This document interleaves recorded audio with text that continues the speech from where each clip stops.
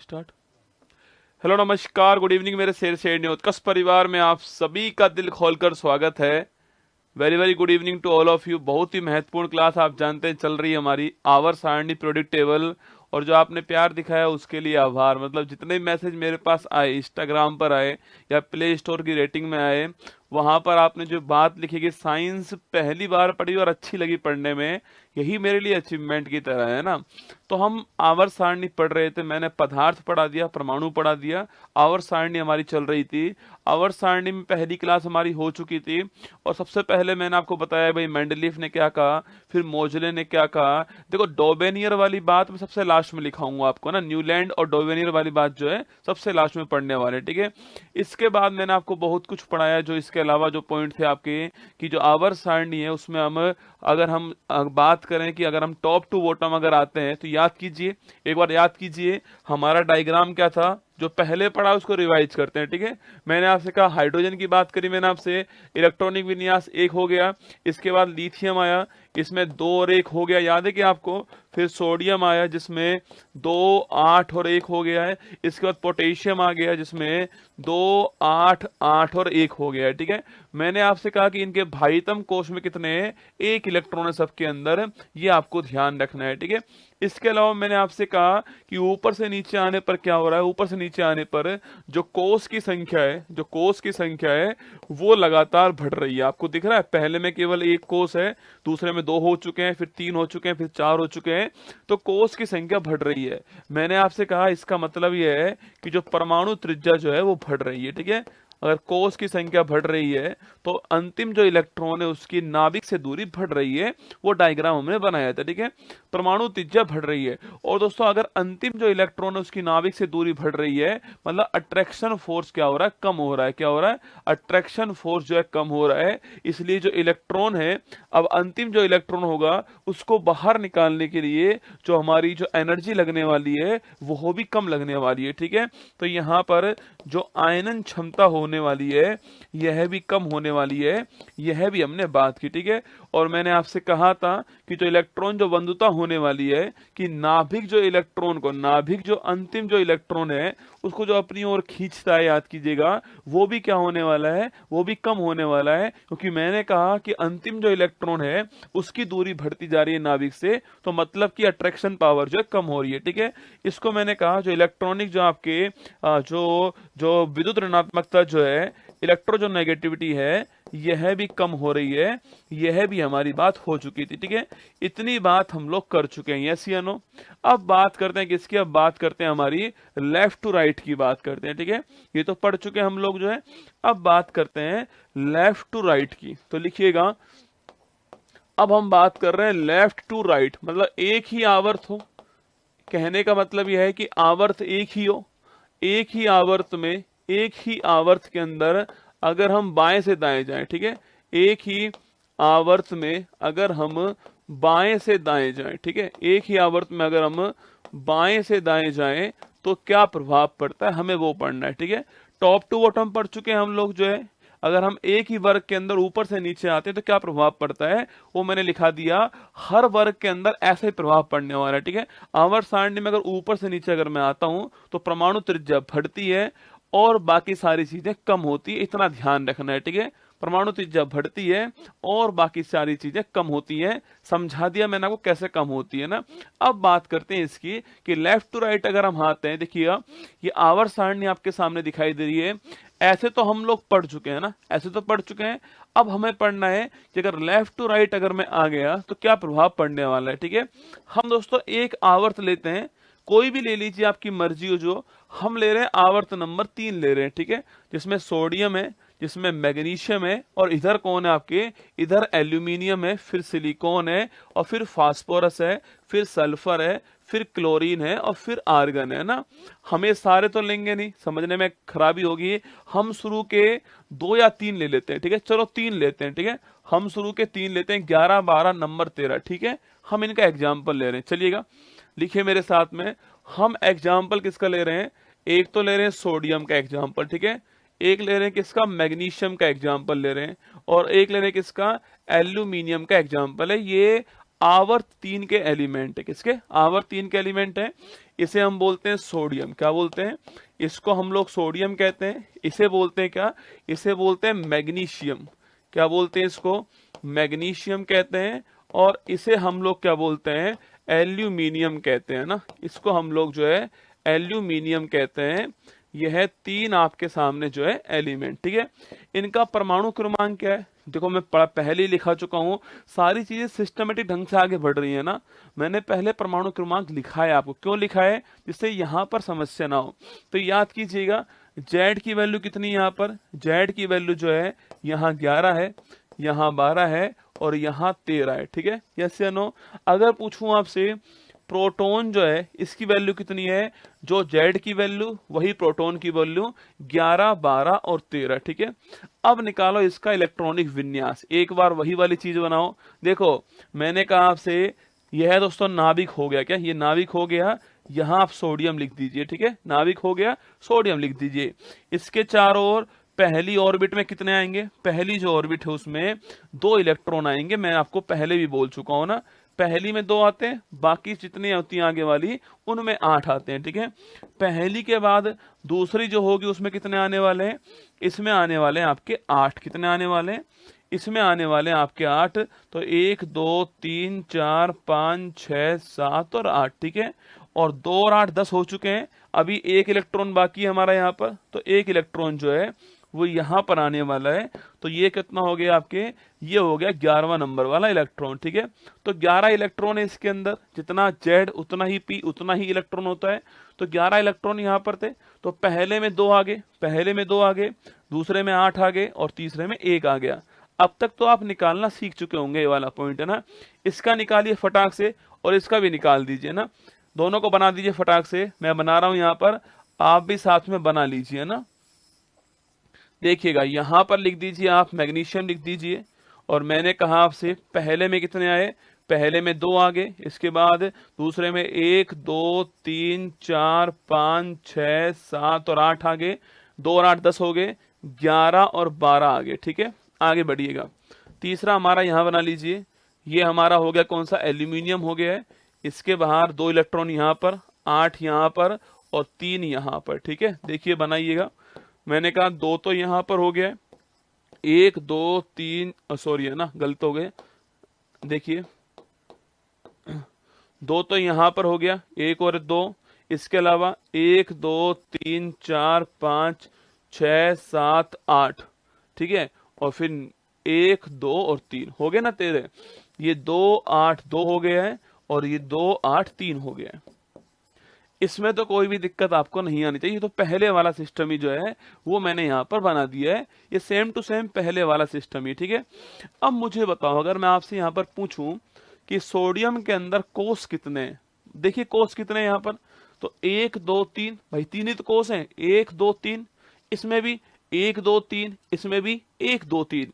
मतलब एक बात तो फिक्स हो चुकी है कि अगर एक ही आवर्त में हम लेफ्ट टू राइट जाएं या राइट टू लेफ्ट जाएं, कुछ भी करें हम एक ही आवर्त में, कोष की संख्या नहीं बदलने वाली है। एक ही आवर्त में कोष की संख्या नहीं बदलने वाली है। 3 3 3 कोष होने वाले हैं, ठीक है। लिखिए इस पॉइंट को, लिखो कोष की संख्या, लिखिएगा कोष की संख्या लिखना।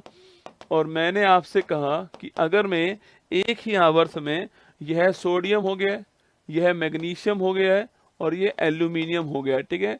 यहां भी 3 कोष है, यहां भी 3 कोष है, यहां भी 3 कोष है, ठीक है। तो कोष की संख्या चेंज नहीं होने वाली, ये बात तो आपको पल्ले पड़ चुकी है। लेकिन दोस्तों एक चीज चेंज हो रही है और वो है, अगर आपको पिछला वाला याद हो तो मैंने कहा था आपसे हाइड्रोजन लिथियम सोडियम याद करो। देखो यहां पे लिखा हुआ है हाइड्रोजन लिथियम सोडियम पोटेशियम। इनमें जो अंतिम जो कक्षा थी उसमें केवल एक इलेक्ट्रॉन था, यस या नो। तो अंतिम जो कक्षा है उसमें 1 इलेक्ट्रॉन है टॉप टू बॉटम आने पे, ठीक है। लेकिन दोस्तों यहां पर ऐसा नहीं है। यहां पर अंतिम में यहां पर 1 है, यहां पर 2 है, यहां पर 3 है। इलेक्ट्रॉन की संख्या लगातार बढ़ती जा रही है, ठीक है। इस पॉइंट को लिखना। जो आपके अंतिम जो कक्षा है उसके अंदर इलेक्ट्रॉन कितने हैं? इलेक्ट्रॉन की संख्या कितनी है आपके? वहां पर समान थी, 1 1 1। यहां पर इधर 1 है, इधर 2 है, इधर 3 है, ठीक है।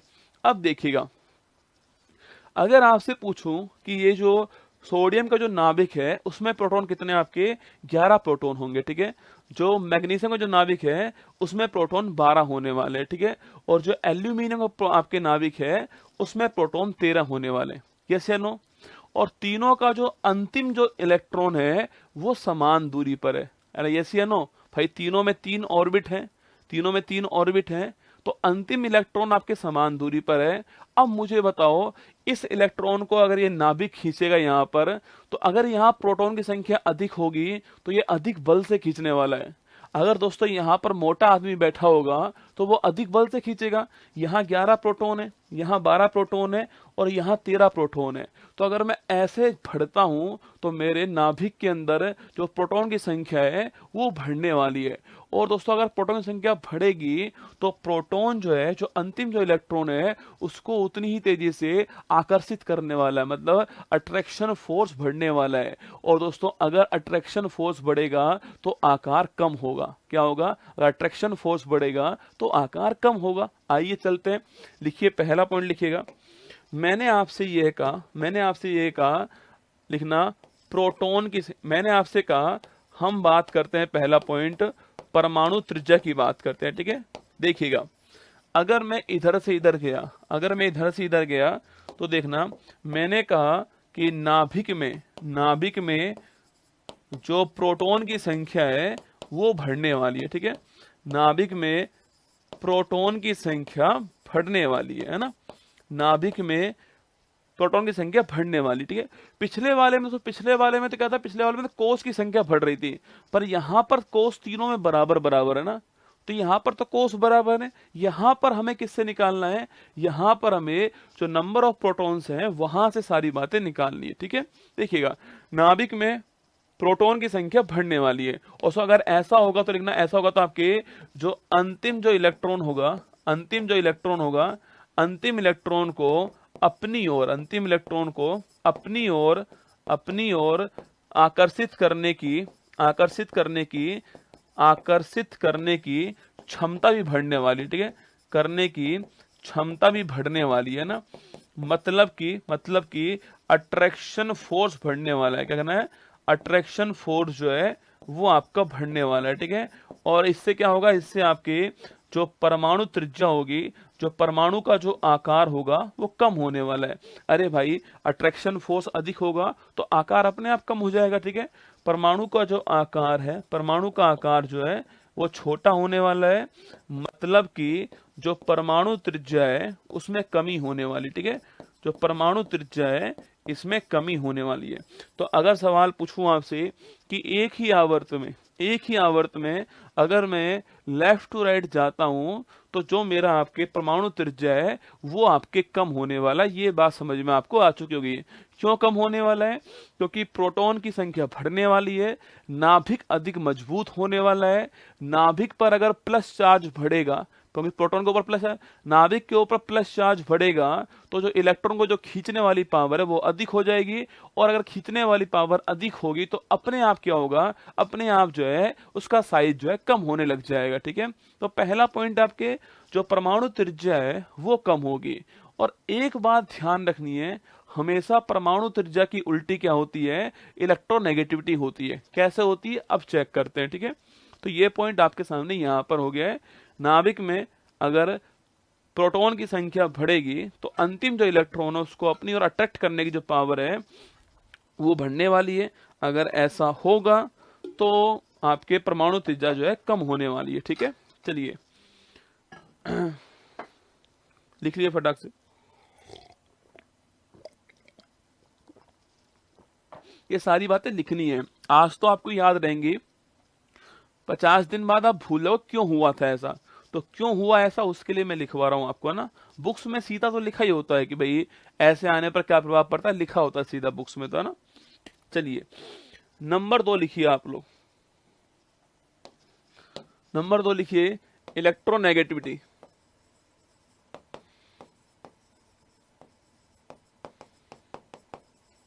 इसको बोलते हैं हिंदी में विद्युत ऋणात्मकता।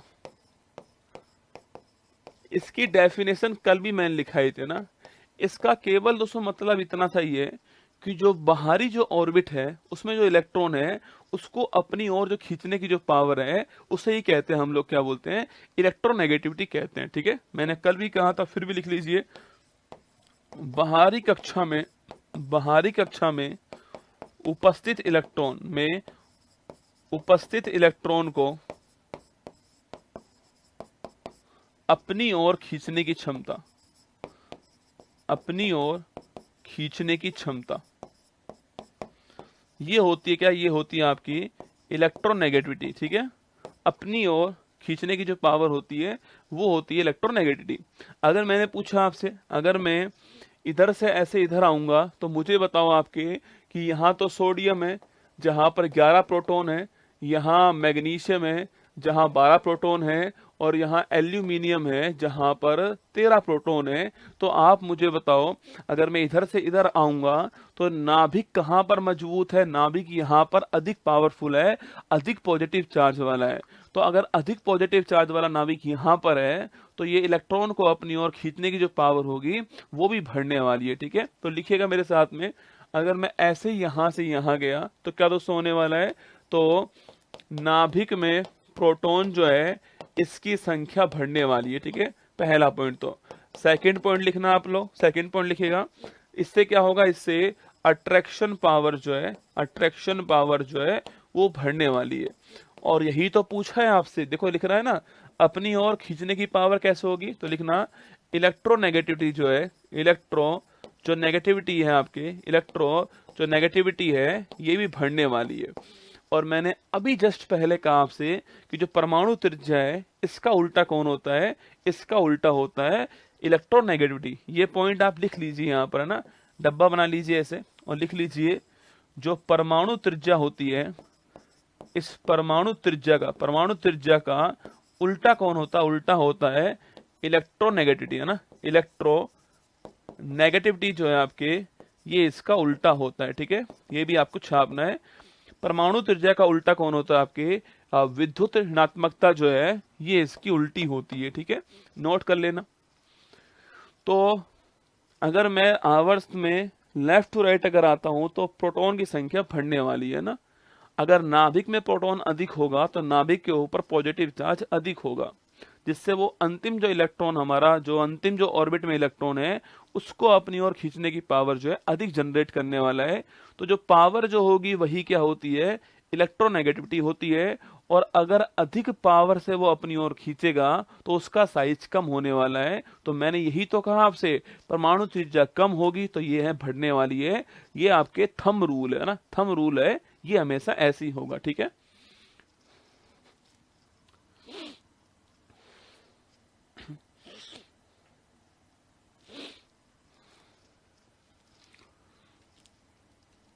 नंबर थर्ड हमारा कौन सा था आपके, वो थी आयनन क्षमता। कौन थी, आयनन क्षमता।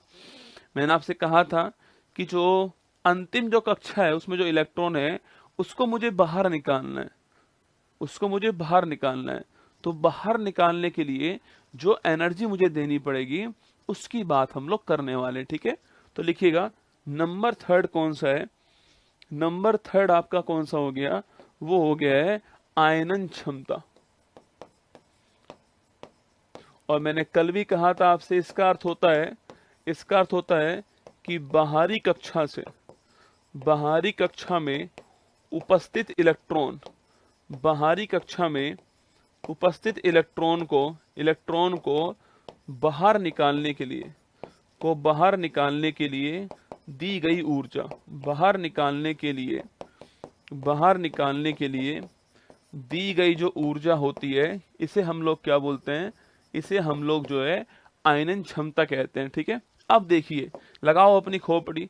मैंने कहा यहाँ पर कौन है आपके, यहाँ पर सोडियम है, यहाँ मैग्नीशियम है, यहाँ एल्यूमिनियम है। ठीक है, इसका परमाणु क्रमांक 11 है, इसका परमाणु क्रमांक 12 है, इसका परमाणु क्रमांक 13 है।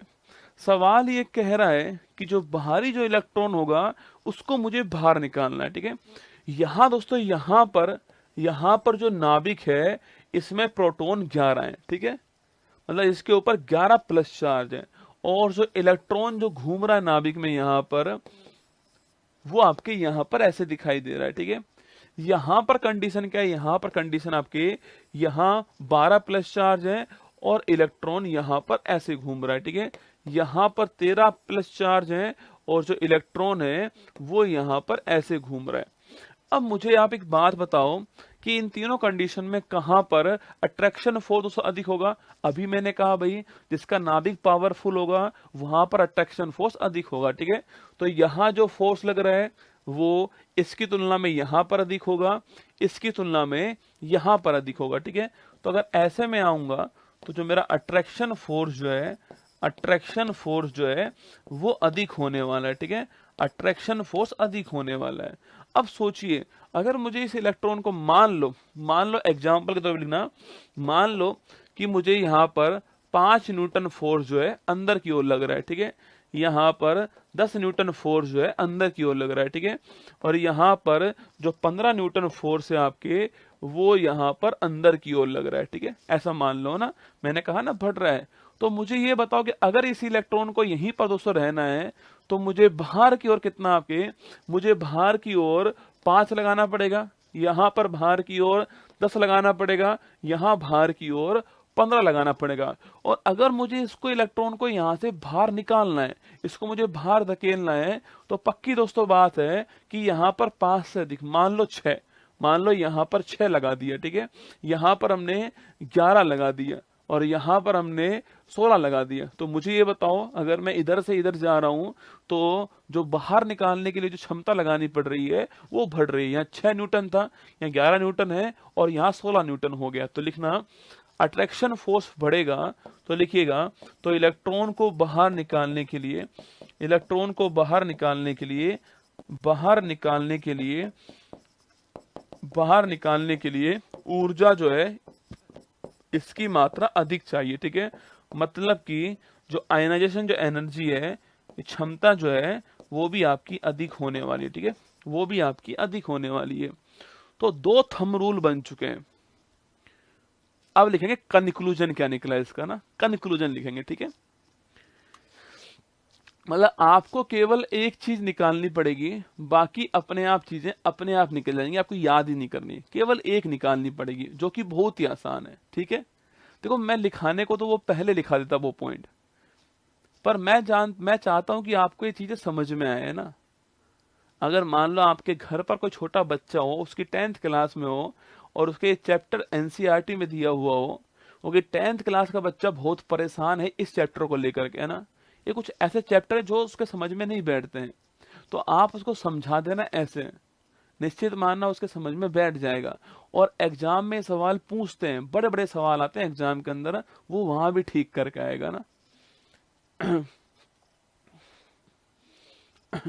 अब देखिएगा थंब रूल क्या है ना, देखना, देखो आप गौर करना। 2 कंडीशन हमारे सामने थी, मैंने कहा आपसे कि जब हम टॉप टू बॉटम आ रहे थे, एक में बना दो, ठीक है। देखो जब हम मान लो ये हमारी आवर्त सारणी है, इसमें हम टॉप टू बॉटम आ रहे हैं, ठीक है। टॉप टू बॉटम आ रहे हैं, एक कंडीशन। और एक कंडीशन ये है कि जब हम कैसे कर रहे हैं, जब हम लेफ्ट टू राइट जा रहे हैं।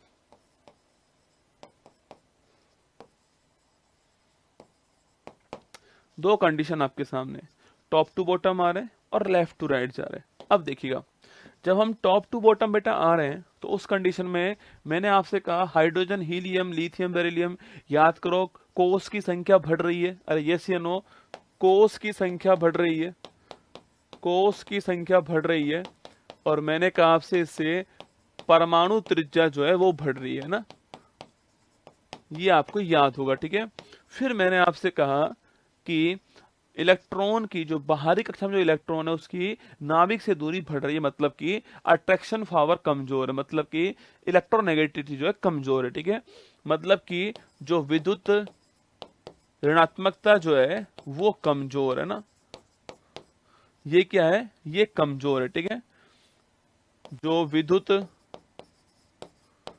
जो ऋणात्मकता जो है ये आपकी कमजोर है, मतलब कम हो रही है, ठीक है। और मैंने कहा आपसे जब बाहरी कक्षा का जो इलेक्ट्रॉन है उस पर जो लगने वाला फोर्स वो कम हो रहा है, तो मुझे उसको बाहर निकालने में आसानी होने वाली है। मतलब कि जो आयनन क्षमता है वो भी कम होने वाली है, ठीक है, यह भी कम होने वाली है। यह बात मैंने आपको यहाँ पर कही, ठीक है। अब यहाँ की बात करते हैं। अगर दोस्तों मैं लेफ्ट टू राइट अगर मैं आता हूँ, तो जो प्रोटॉन है इसकी संख्या बढ़ने वाली है, ठीक है। अगर ये बढ़ रहा है तो आपके जो परमाणु का जो आकार है वो कमजोर होने वाला है, क्योंकि अट्रैक्शन फोर्स अधिक होने वाला है, ठीक है, एक कमजोर होने वाला है। अट्रैक्शन फोर्स अधिक होगा मतलब कि जो इलेक्ट्रोनेगेटिविटी जो है वो आपकी अधिक होने वाली, ठीक है, ये आपकी अधिक होने वाली है। और मैंने कहा अगर अट्रैक्शन फोर्स अधिक होगा तो मुझे इलेक्ट्रॉन बाहर निकालने के लिए ऊर्जा अधिक देनी पड़ेगी, मतलब आयनन जो ऊर्जा है वो आपकी अधिक होने वाली है। इतनी सारी बातें मैंने आपसे कही है। मतलब अगर आप एक बात याद कर लो थंब रूल के रूप में, और वो क्या है, इसको लिखना अभी लोग आप है ना। अगर आप एक बात याद कर लो कि आप लेफ्ट टू राइट जाओ, आप टॉप टू बॉटम जाओ, आपको केवल क्या निकालनी है, आपको केवल परमाणु त्रिज्या निकालनी है। केवल इतना करना है आपको, केवल आपको परमाणु त्रिज्या निकालनी है। टॉप टू बॉटम आने में ये बढ़ रही है और लेफ्ट टू राइट जाने में ये कम हो रही है, बस केवल ये निकालनी है आपको। एटॉमिक रेडियस निकालनी है। अगर ये निकल गई तो सारी बातें अपने आप आ जाएंगी। सारी बातें इसकी उल्टी होंगी, सारी बातें जो है इसकी उल्टी होने वाली हैं। 1 विद्युत ऋणात्मकता, 1 आयनन क्षमता। और ध्यान रखना जो कंसेप्ट इलेक्ट्रो नेगेटिविटी का होता है, वही कंसेप्ट एक और चीज होती है, उसका नाम है इलेक्ट्रॉन बंधुता, उसका होता है, ठीक है, वही कंसेप्ट होता है। तो 1 इलेक्ट्रॉन बंधुता,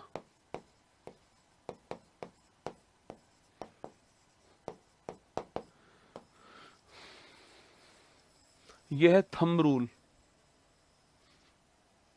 यह क्या, ये थंब रूल है। बस केवल आपको ये निकालनी है। चेक कर लो, देखो चेक करो, त्रिज्या बढ़ रही है, देखो ये भी कम हो रही है, ये भी कम हो रही है, यहाँ ये कम हो रही है, ये बढ़ रही है, ये बढ़ रही है। केवल थंब रूल इतना सा है कि आपको एटॉमिक रेडियस निकालनी है। अगर वो निकल जाए तो उसके उल्टे सारे ट्रेंड किस में होने वाले हैं, इलेक्ट्रोनेगेटिविटी में होने वाले हैं, इसके अलावा आयनाइजेशन एनर्जी में होने वाले, इसके अलावा आपके इलेक्ट्रॉन वैलेंसी में होने वाले हैं, इलेक्ट्रॉन बंधुता के अंदर होने वाले हैं, ठीक है। पहले इसको लिख लो आप लोग, फिर मैं आपको उसको लिख लेना आप लोग।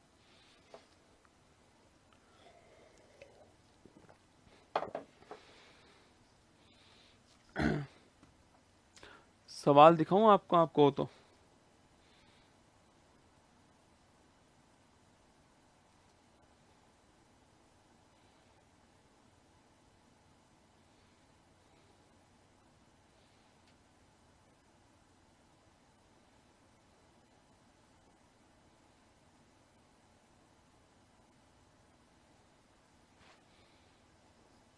मैं सवाल दिखाता हूं, आप करो।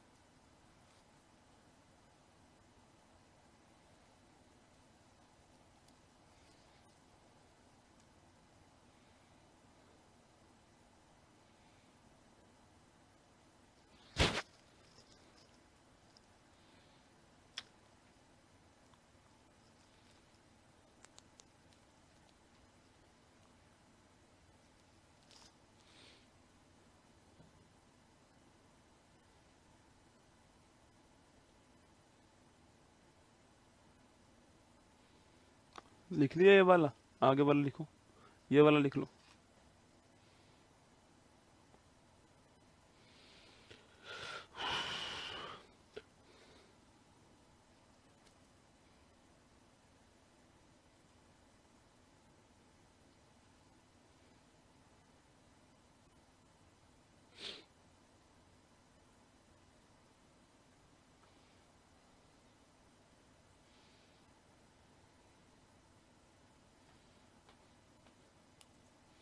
तो एक सवाल दे रहा हूं आपको, देखते हैं कौन ठीक करेगा इस सवाल को। थोड़ा घुमाने वाला सवाल, सिंपल सिंपल तो देखो ऐसे पूछा, सिंपल है ना। एक दो सिंपल भी दिखा रहा हूं आपको, ठीक है।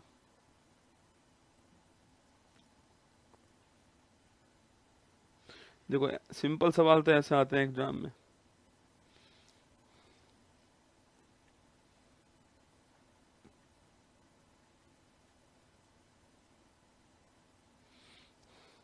ये पहला वाला दिखाओ। देखो सिंपल सवाल तो पूछता है आपसे एग्जाम में ऐसे, देखो दिख रहा है। जब हम आवर्त सारणी में ऊपर से नीचे की ओर बढ़ते हैं तो इलेक्ट्रोनेगेटिविटी के ऊपर क्या चेंज होता है?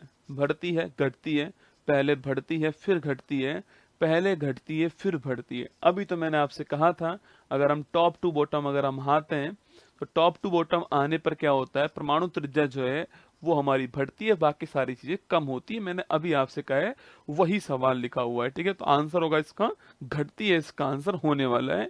ये तो आप कर लोगे अब बड़ी आसानी से। Option number B. सेकंड सवाल आपके सामने आने वाला है। ये सवाल एग्जाम में पूछा गया सवाल है, सोच समझ के आपको आंसर देना है और आप लॉजिकल सोचना, ठीक है, लॉजिकल सोचना जो मैंने आपसे कहा है। दिखाओ इनको। देखो ये सवाल एसएससी सीएचएसएल एग्जाम के अंदर आया हुआ सवाल है। 24 मार्च 18 को सवाल पूछा गया शिफ्ट 1 के अंदर। Which of the following elements has the highest electronegativity? इन चारों में से कौन सा एलिमेंट है जिसकी इलेक्ट्रोनेगेटिविटी जो है आपकी वो हाईएस्ट है, ठीक है। Fluorine, sodium, chlorine, oxygen.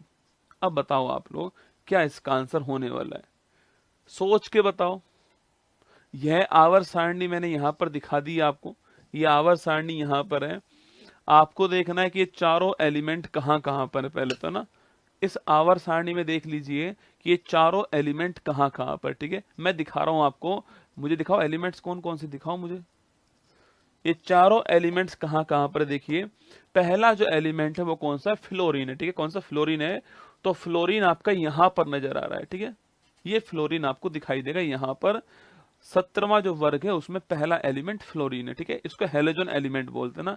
Sodium जो है, सोडियम आपको यहां नजर आएगा, सोडियम आपको यहां पर नजर आने वाला है, ठीक है। क्लोरीन जो है, क्लोरीन आपको यहां नजर आने वाला है। फ्लोरीन के जस्ट नीचे क्लोरीन आपको नजर आएगा। ऑक्सीजन जो है, जो फ्लोरीन है इसके साइड में यहां ऑक्सीजन है। तो ये चार एलिमेंट आपके सामने लिखे हुए हैं। सवाल पूछा है सर्वाधिक कहां पर होगी इलेक्ट्रोनेगेटिविटी। देखो इसका आंसर तो वैसे भी आपको याद कर लेना है, फिर भी समझा रहा हूं मैं आपको। देखो हमारा कंसेप्ट क्या है, हमारा कंसेप्ट ये है कि अगर मैं ऊपर से नीचे आया तो इलेक्ट्रो इलेक्ट्रो जो नेगेटिविटी है वो कम होने वाली है। अभी मैंने कहा ना भाई, अगर मैं ऊपर से नीचे आऊंगा तो इलेक्ट्रोनेगेटिविटी जो आपकी वो कम होने वाली है। तो यहां पर अगर मैं फ्लोरीन से क्लोरीन की ओर आऊंगा बेटा, तो ये तो तय हो चुका है कि फ्लोरीन की क्लोरीन से अधिक होगी। अरे यस या नो, ये तय हो चुका है ना भाई। मैंने कहा ना, अगर मैं यहां पर आवर्त सारणी में किसी भी वर्ग में ऊपर से नीचे आता हूं तो मेरी जो आपके इलेक्ट्रो जो नेगेटिविटी आपकी कम होने वाली है। तो यहाँ फ्लोरीन की अधिक होगी, क्लोरीन की कम होने वाली है, नीचे आने पर कम होगी। ये तो तय हो चुका है। मतलब इन दोनों में तो आंसर कौन होने वाला है, इन दोनों में तो आंसर फ्लोरीन होने वाला है, ठीक है। अब सेकेंड पॉइंट, अगर दोस्तों मैं ऐसे बढ़ा, अगर मैं ऐसे बढ़ता हूं, मतलब आवर्त के अंदर मैं लेफ्ट टू राइट अगर बढ़ता हूं तो क्या होगा दोस्तों, आवर्त सारणी में लेफ्ट टू राइट जाने पर मैंने आपसे कहा नंबर ऑफ प्रोटॉन्स बढ़ने वाले। नंबर ऑफ प्रोटॉन्स बढ़ेंगे तो उनको इलेक्ट्रॉन को अपनी ओर जो खींचने की जो पावर है वो बढ़ने वाली है। और अगर ऐसा होगा तो इलेक्ट्रोनेगेटिविटी आपके ये बढ़ने वाली है, ठीक है, ये बढ़ने वाली है। यस या नो? तो अब मुझे बताओ कि सोडियम, ऑक्सीजन और फ्लोरीन में किसकी अधिक होगी? अरे भाई सोडियम से अगर मैं इधर बढ़ूंगा, फ्लोरीन की ओर बढ़ूंगा, तो अपने आप ऑब्वियसली किसकी होने वाली है अधिक? आपके फ्लोरीन की अधिक होने वाली है। तो कुल मिलाकर अंतिम आंसर क्या हो गया? फ्लोरीन हो चुका है, इसकी सर्वाधिक होगी, है ना। सवाल ऐसे पूछा गया है, अगर आपको कंसेप्ट पता है तो आप कर ले जाओगे सवाल, है ना। बाकी ये तो याद करने वाली चीज होती है, वो अलग बात है। पर मान लो बाई चांस यहाँ पर ये ऑक्सीजन ना होगा, सल्फर यहाँ होता और क्लोरीन यहाँ होता और फ्लोरीन आपका ऑप्शन होता ही नहीं, मान लो। और सवाल पूछता आपसे यहाँ पर, सवाल पूछता कि सोडियम, मैग्नीशियम और सल्फर और क्लोरीन में किसकी अधिक होगी, तो आपको इसमें कंसेप्ट लगाना पड़ता कि लेफ्ट टू राइट जाने पर जो है वो अधिक होती है, बढ़ती है, तो क्लोरीन की सर्वाधिक होने वाली है। यह नियम यहां पर लागू नहीं होता है, ठीक है, उत्कृष्ट के ऊपर लागू नहीं होता, क्योंकि वो तो इनएक्टिव होते हैं, अक्रियाशील होते हैं, ठीक है। चलिएगा, अब हम पढ़ते हैं किसकी ओर, अब हम जो है वो आवर्त सारणी की ओर बढ़ते हैं, ठीक है। ये हमारी आवर्त सारणी यहां पर दी हुई है, हम इसकी ओर बढ़ते हैं, ठीक है। देखो, पहले कुछ बातें आप सीख लो, समझ लो यहाँ पर, है ना। देखो यह आवर्त सारणी, हमें अब इसको पढ़ना है। देखो, इसमें जो है मैंने आपसे कहा कि इसमें 7 तो क्या है, 7 तो इसमें पीरियड है, ठीक है। 1 2 3 4 5 6 7 और 18 क्या है, 18 वर्ग है। 1 2 3 4 5 6 7 8 9 10 11 12 13 14 15 16 17 18, तो 18 इसमें वर्ग है। 7 इसमें क्या है, 7 इसमें क्या है, पीरियड्स है। ये मैंने कहा। यहाँ पर मैंने आपसे कहा कि जो लेंथेनम जो वर्ड है, आपके लेंथेनम जो एलिमेंट है उसका नंबर है 57, ठीक है। उसके बाद जो 14 एलिमेंट है जो कि 58 से लेकर के कहां तक आपके 71 तक हैं, ये सारे एक तरह का व्यवहार करते हैं, इसलिए इनको हमने लेंथेनॉइड कह दिया, ठीक है। जो हमारा एक्टिनम वर्ड है 89 आपके एलिमेंट जो है, इसके बाद 90 से लेकर के 103 तक जो एलिमेंट है उनका सबका व्यवहार एक तरह है, इसलिए मैंने क्या कहा, इसको एक्टिनोइड कह दिया। इतनी बातें हम पहले भी कर चुके हैं, ठीक है। अब दोस्तों ये जो आवर्त सारणी है ना, ये 4 ब्लॉक में डिवाइड है। कितने? 4 ब्लॉक है। एक का नाम एस है, एक का नाम पी है, एक का नाम डी है, एक का नाम एफ है, ठीक है। तो हमारे पास कितने, हमारे पास में अभी लिखाऊंगा सारी बातें, ठीक है। हमारे पास 4 ब्लॉक है। कौन कौन से? S P D F block. सबसे पहली बात तो जो वर्ग 1 और 2 है, सुनना ध्यान से, जो वर्ग 1 और 2 है वो हमारा एस ब्लॉक है, ठीक है। जो वर्ग 1 और 2 है वो हमारा कौन सा ब्लॉक है? ये हमारा एस ब्लॉक है। तो जो वर्ग 1 और 2 है जिसके अंदर hydrogen, lithium, sodium, potassium, rubidium, caesium, francium, beryllium, magnesium आपके, और कैल्शियम, स्ट्रोंसियम, बेरियम, रेडियम, ये सब जिसमें आते हैं वो हमारा कौन सा है? आपके एस ब्लॉक है। पहला पॉइंट तो ठीक है। जो हमारा पी ब्लॉक जो है छापना, जो हमारा पी ब्लॉक है वो वर्ग संख्या 5 से कितना है? अब वर्ग संख्या 13 से कहां तक? 18 तक है, ठीक है। तो जो हमारा ग्रुप 13 है, यहां से जो ग्रुप 18 है, ये हमारा पी ब्लॉक है, ठीक है। ये हमारा पी ब्लॉक है। तो ग्रुप 13 से ग्रुप 18 तक हमारा पी ब्लॉक है। इसके बाद में जो हमारा डी ब्लॉक है वो कहां तक आपके? वो ग्रुप 3 से ग्रुप 12 तक डी ब्लॉक है, ठीक है। ग्रुप 3 से ग्रुप जो 12 है, ग्रुप 3 से लेकर के ग्रुप 12 जो है, यहां तक हमारा डी ब्लॉक है। और जो है नीचे दिया गया है कौन सा आपके? ये आपके एफ ब्लॉक है। कौन सा है? यह एफ ब्लॉक है। तो 4 ब्लॉक मैंने आपके बना दिए यहां पर, ठीक है। एस वाला यहां पर, डी वाला यहां पर, पी वाला यहां पर, एफ वाला यहां पर। तो एक बार मैं रफली बना रहा हूं आवर्त सारणी, आप भी मेरे साथ में रफली बना लीजिए, ठीक है। देखो, कुछ आवर्त सारणी आपको ऐसी नजर आएगी जिसमें बना रहा हूं, ठीक है। कुछ ऐसी नजर आने वाली है आपको आवर्त सारणी, मैं रफली बना रहा हूं, आपको रफली बनानी, ठीक है। कुछ आपको ऐसी नजर आने वाली है, आपकी जो आवर्त सारणी है वो कुछ आपको ऐसी दिखाई देगी। अगर आप देखोगे गौर से तो वो कुछ आपको जो है वो कुछ ऐसी दिखाई देने वाली है आपकी आवर्त सारणी, ठीक है।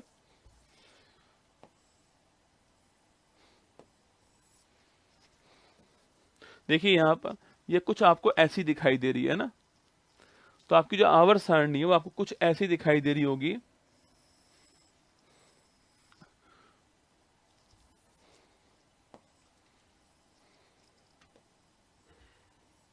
देखो, ये आवर्त सारणी का ऊपर वाला हिस्सा हो गया और यहां पर ये नीचे वाला हिस्सा हो गया, ठीक है।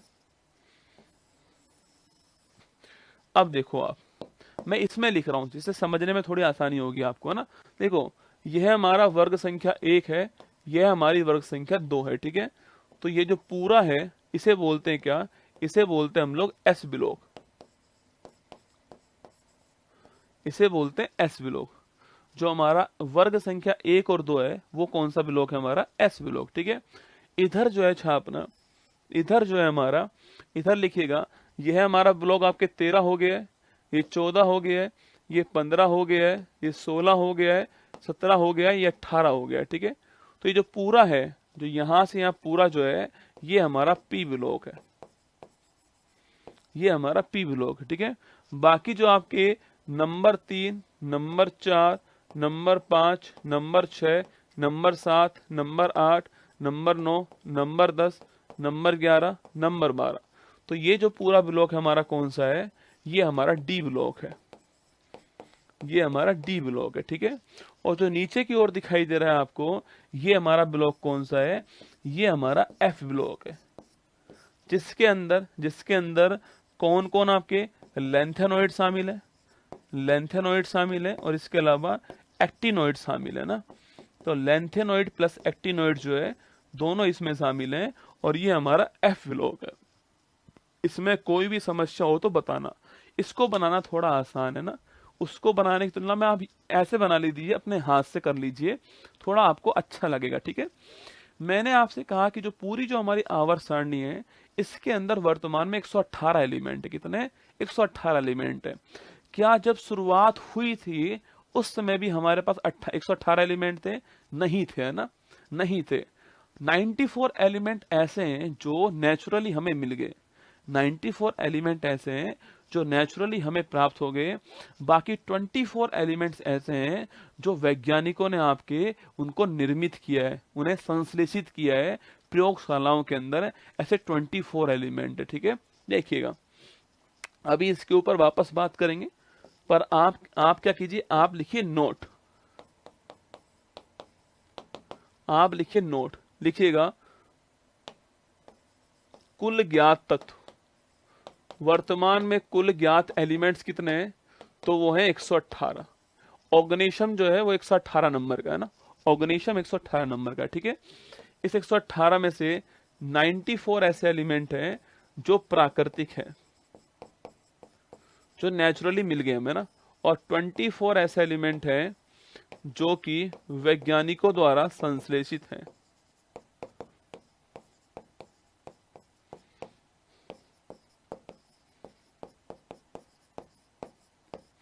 तो 94 एलिमेंट प्राकृतिक हैं, और 24 जो एलिमेंट है वो वैज्ञानिकों द्वारा संश्लेषित है, ये आपको ध्यान रखना है, ठीक है। तो 94 एलिमेंट आपके प्राकृतिक है, नेचुरल है, और 24 एलिमेंट जो है वैज्ञानिकों द्वारा संश्लेषित है, ये आपको नोट करना है। पहला पॉइंट तो ये आपके सामने हो गया, ठीक है। कोई दिक्कत इस पॉइंट में नहीं होनी चाहिए, है ना। अब देखिए, हम पहले ब्लॉक की ओर बढ़ते हैं। हमारा पहला ब्लॉक है एस ब्लॉक, कौन सा, एस ब्लॉक हमारा पहला ब्लॉक है। इसका पहला एलिमेंट कौन सा है, हाइड्रोजन, कौन सा है, हाइड्रोजन है, जो कि वहां पे लिखा हुआ है ऊपर ही ऊपर, है ना। मैंने पहले भी कहा हुआ है आपसे, एस ब्लॉक जो है, इस एस ब्लॉक का जो जो हमारा जो जितने भी आवर्त हैं, 7 जो आवर्त हैं, उनमें जो पहला पहला एलिमेंट है वो क्षारीय धातु होता है। याद करो, मैंने कहा था आपसे, जो पहला एलिमेंट है, यहाँ पर जो ये दिखाई दे रहा है ना आपको, देखो, hydrogen, lithium, sodium, potassium, rubidium, caesium, francium, जो वर्ग 1 है ना, ये सारे क्षारीय धातु हैं। इनको इंग्लिश में बोलते हैं आपके एल्कली मेटल। क्षारीय धातु का मतलब है कि जो धातु आपके बहुत सॉफ्ट होती है ना, सॉफ्ट धातु जो होती है आपके, नरम होती है धातु, पर बहुत ही एक्टिव धातु होती है, क्रियाशील होती है। एग्जाम्पल लिखिएगा आप लोग मेरे साथ में, वो है सोडियम, लिखाऊंगा मैं ना, सोडियम। सोडियम बच्चों वो सॉफ्ट होता है, इतना सॉफ्ट है आपके, सोडियम को आप चाकू से काट सकते हो। अगर आप लैब में कभी गए नहीं तो जाना कभी, सोडियम को आप चाकू से काट सकते हो, इतना सॉफ्ट होता है सोडियम। पर सोडियम इतना एक्टिव है कि अगर मैंने सोडियम को निकाल के यहाँ पर रख दिया तो फट जाएगा। सोडियम वो चीज जो पानी में आग लगा दे, कभी आपने देखा है वो जादू देखा होगा आपने, पानी में कुछ फेंकता है, पानी में आग लगती है, वो सोडियम होता है बेटा, कोई जादू नहीं, केमिकल है वो सोडियम। सोडियम पानी में आग लगाता है, इसलिए सोडियम को केरोसिन का जो तेल होता है उसके अंदर रखते हैं सोडियम को। कभी भी देखना आप प्रयोगशाला के अंदर, इतना एक्टिव है। तो जितनी भी धातु यहाँ पर, हाइड्रोजन छोड़ दीजिए अपवाद है, जितनी बाकी धातु हैं सारी सारी धातु आपके हाईली एक्टिव है लेकिन बहुत ही सॉफ्ट है। इनका नाम है क्षारीय धातु। क्या है? क्षारीय धातु इनका नाम है। ये आपको ध्यान रखना है, ठीक है। चलिए मेरे साथ में लिखना स्टार्ट कीजिए। आप नंबर फर्स्ट लिखिए। आप लिखिए नंबर फर्स्ट एस ब्लॉक। देखो एस ब्लॉक के अंदर जो है वो ग्रुप 1 आएगा और ग्रुप 2 आएगा। वर्ग 1 और वर्ग 2 जो है एस ब्लॉक के अंदर आते हैं। मैंने अभी आपसे कहा, ठीक है। देखिए जो ग्रुप 1 है ना बेटा, इस ग्रुप 1 में कौन है आपके? इस ग्रुप 1 में जितनी भी धातु हैं वो क्षारीय धातु हैं, एल्कली मेटल है, एल्कली मेटल है। इसका मतलब यह है कि सारी जो धातु हैं वो बहुत ही नरम है, सॉफ्ट है, लेकिन बहुत अधिक क्रियाशील है, एक्टिव है, ठीक है। बहुत अधिक क्रियाशील है, सॉफ्ट भी है पर बहुत अधिक क्रियाशील भी है। तो ये हमारा कौन सा? ये हमारा ग्रुप फर्स्ट है। क्षारीय धातु है, एल्कली मेटल है, नरम है, सॉफ्ट है, पर बहुत अधिक क्रियाशील है, ठीक है। इसमें कौन कौन सा एलिमेंट है? तो इसमें कौन कौन आपके? इसमें हाइड्रोजन जो है अपवाद है, लिख लीजिए हाइड्रोजन अपवाद इसमें, ठीक है।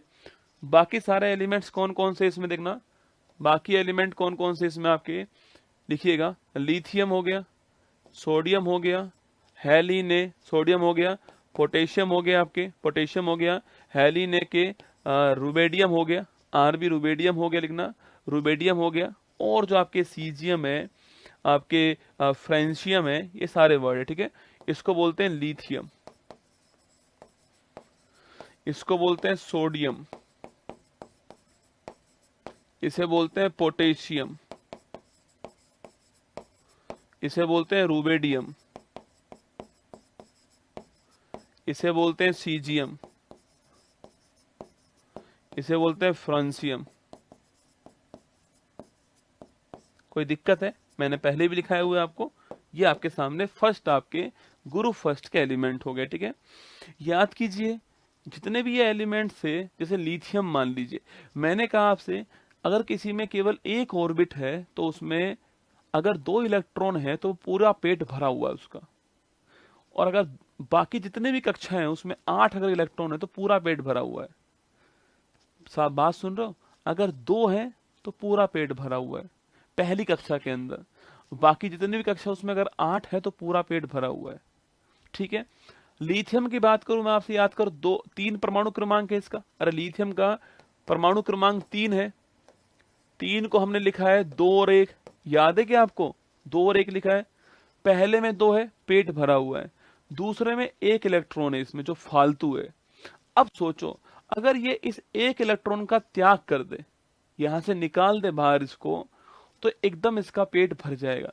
इसके पास केवल 2 इलेक्ट्रॉन बचेंगे और इसका पेट भर गया। तो जो इसमें जितने भी एलिमेंट है ना ग्रुप 1 में, इन सब के बाहरी कोष में 1 इलेक्ट्रॉन है। चेक कर लेना आप, मैं तो कर चुका हूं चेक, देख लो अभी करा है मैंने चेक।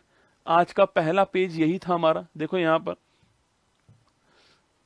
लिथियम 1, सोडियम 1, पोटेशियम 1, इन सब के बाहरी कोष में 1 इलेक्ट्रॉन है। अगर मैं इस 1 को निकाल दूं, देखो सोडियम पोटेशियम देखना, अगर मैं इस 1 को निकाल दूं तो 2 हो गया, पेट भरा हुआ है, 8 पेट भरा हुआ है, 8 पेट भरा हुआ है। इसको बोलते हैं संतुष्ट होना।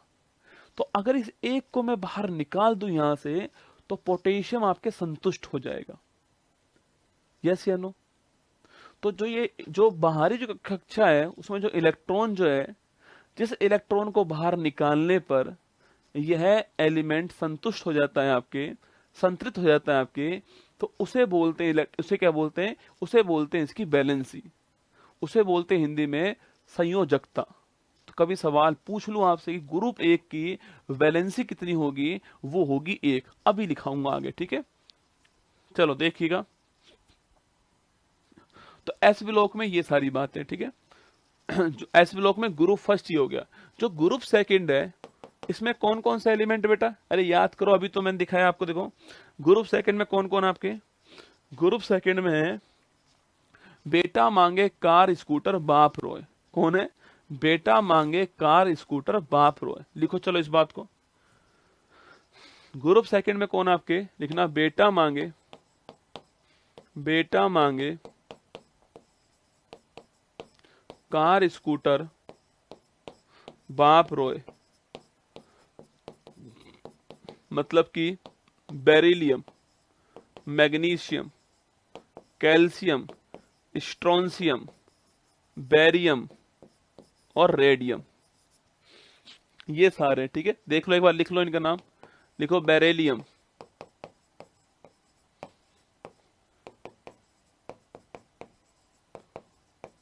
मैग्नीशियम, कैल्शियम, स्ट्रोंशियम, बेरियम और रेडियम। तो ये हमारा आपके ग्रुप 2 हो गया। इन्हें सबको बोलते हैं क्या? इन्हें बोलते हैं, ग्रुप 2 की जो धातु है इन्हें बोलते हैं क्षारीय मृदा धातु। क्या बोलते हैं? क्षारीय मृदा धातु बोलते हैं। इन्हें बोलते हैं क्षारीय धातु, ग्रुप 1 को। ठीक है, ग्रुप 2 जो है हमारा, जो वर्ग 2 है, उसको बोलते हैं क्षारीय मृदा धातु बोलते हैं, या फिर इंग्लिश में बोलते हैं क्या इसको? इसको बोलते हैं एल्कली मेटल। इसे बोलते हैं आपके एल्कनाइन मेटल। लिखना, इसे बोलते हैं अल्कनाइन मेटल, इसे बोलते हैं एल्काइन मेटल। इसे बोलते हैं हम लोग क्या बोलते हैं? इसे बोलते हैं एल्कलाइन। करो इसको एल्कलाइन।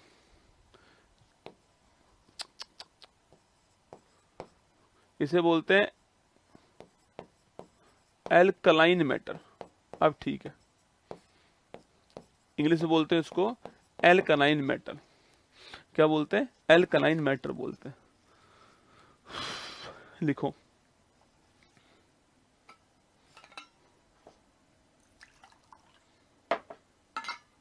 इन सब के सवाल आपको मिल जाएंगे एग्जाम में। देखो, ये तो कोई नहीं पूछता कि ग्रुप 2 में कौन कौन से एलिमेंट है, पर लिखाने पड़ रहे हैं ना, वरना आप बोलोगे गुरुजी आपको पता नहीं है इसलिए नहीं लिखवा रहे ना। इसलिए आपकी संतुष्टि के लिए लिखवा रहा हूं। ठीक है, ठीक है, लिख लेंगे तो समझ में और अच्छे से आएगा। तो group first, group second. Group second में क्षारीय मृदा धातु होती है, अल्कलाइन मेटल होते हैं, ये आपको ध्यान रखना है। ठीक है, और ग्रुप फर्स्ट में कौन? आपके ग्रुप फर्स्ट में क्षारीय धातु होती है, अल्कली मेटल होती है।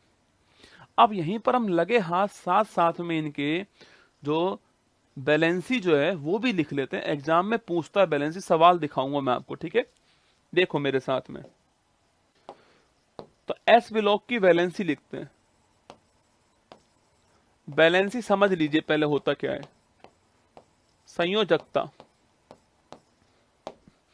देखो, ये इलेक्ट्रॉन का त्यागना या ग्रहण करना होता है, पर शर्त एक ही है कि वो जो एलिमेंट है वो संतृप्त हो जाए, वो एलिमेंट का पेट भर जाए। ठीक है, लिखना, इलेक्ट्रॉन के त्यागने या ग्रहण करने से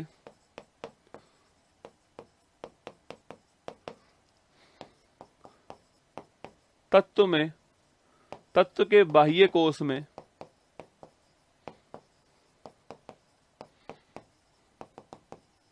आठ इलेक्ट्रॉन होना। ठीक है, इसमें इलेक्ट्रॉन त्यागना पड़ सकता है या ग्रहण करना पड़ सकता है। ग्रहण कैसे करेंगे वो भी बात करेंगे ना। देखो, अब यहां पर हमारे पास बेटा एस ब्लॉक था। एस ब्लॉक में एक तो है ग्रुप फर्स्ट, एक है ग्रुप सेकंड। यस या नो? ग्रुप फर्स्ट में एक एलिमेंट ले लो, कोई भी ले लो, आपकी मर्जी हो। ले लो लिथियम ले लो। ठीक है, लिथियम। इसमें ले लो कोई एक एलिमेंट, जो भी आप चाहो। लिख लो मैग्नीशियम, लिख लो, थोड़ा बड़ा एलिमेंट लिख लो मैग्नीशियम। देखो, लिथियम का इलेक्ट्रॉनिक विन्यास लिखो कितना है। मैंने कहा 3 तो परमाणु क्रमांक हो गया इसका, तो पहले में 2 हो गए, दूसरे में 1 हो गया। इसका लिखो कितना है। इसका पहले में 2 हो गए, दूसरे में 8 हो गए, फिर 2 हो गए, क्योंकि 12 होता है ना, इसका 12 है मैग्नीशियम का। तो पहले में 2, दूसरे में 8, फिर 2। यहाँ पर पहले में 2, दूसरे में 1। मैंने आपसे कहा जो पहली कक्षा जो है उसमें 2 इलेक्ट्रॉन हो जाए तो पेट भर जाएगा, बाकी सब में 8 हो जाए तो पेट भर जाएगा। अब चेक करो, यहाँ पर जो पहली कक्षा है इसमें 2 है, पेट भरा हुआ है, पर इसमें ये 1 फालतू का है। कितना है? ये 1 फालतू का है यहाँ पर।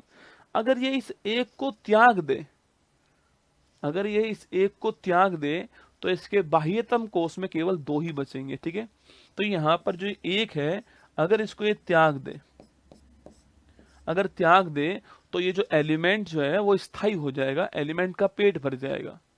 और जब भी इलेक्ट्रॉन त्यागने की बात आए केमिस्ट्री में, आपको प्लस साइन यूज करना है। ठीक है, लिख लो इस बाइट को।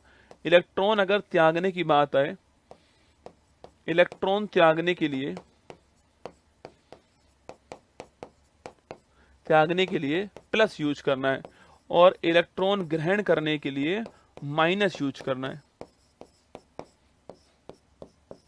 ठीक है, मैंने आपसे कहा अगर लिथियम जो है 1 इलेक्ट्रॉन त्याग दे तो ये क्या हो जाएगा? तो ये लिथियम प्लस हो जाएगा। भाई 1 त्यागा तो 1 लिखना है ऊपर। ठीक है, 1 प्लस लगा देना है। कभी भी चेक करना आप लोग, लिथियम हो सोडियम हो, चेक करना सोडियम आपको हमेशा ऐसा मिलेगा लिखा हुआ, कभी चेक करना। NaCl जानते हो नमक का फॉर्मूला, उसमें Na प्लस होता है। सोडियम का स्थायी रूप कौन सा है? वो Na प्लस है, क्योंकि 1 इलेक्ट्रॉन त्याग चुका है और बाह्यतम कोश में आपके 8 हो चुके हैं, क्योंकि 2 8 1 होता है सोडियम में, 1 त्यागा तो 2 8 हो गए। लिथियम में 2 और 1 होता है, 1 त्यागा तो 2 बच गए। तो लिथियम सोडियम, तो मतलब जो ग्रुप 1 है, ग्रुप 1 की वैलेंसी कितनी होगी? 1 होगी। लिखना, जो ग्रुप 1 है, जो ग्रुप 1 है, अरे यार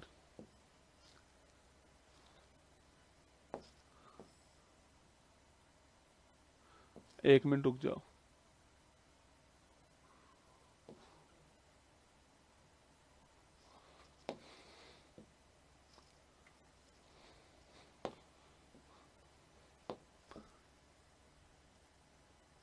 देखो मैंने आपसे ये कहा,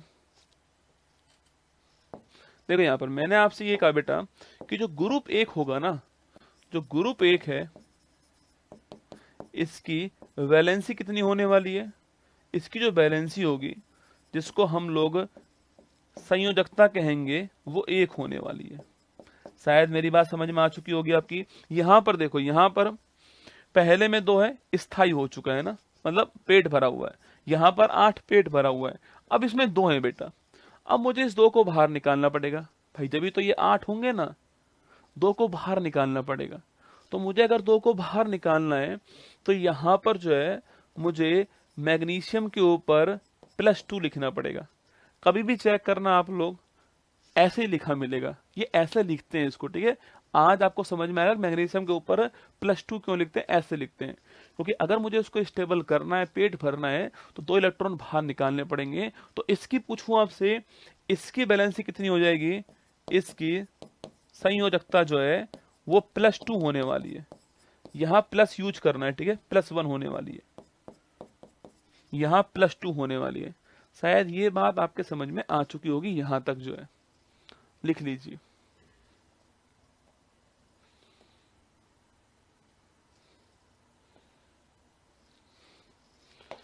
तो ये हमारा S ब्लॉक हो गया। ठीक है, ये हमारा क्या है? S ब्लॉक हो गया।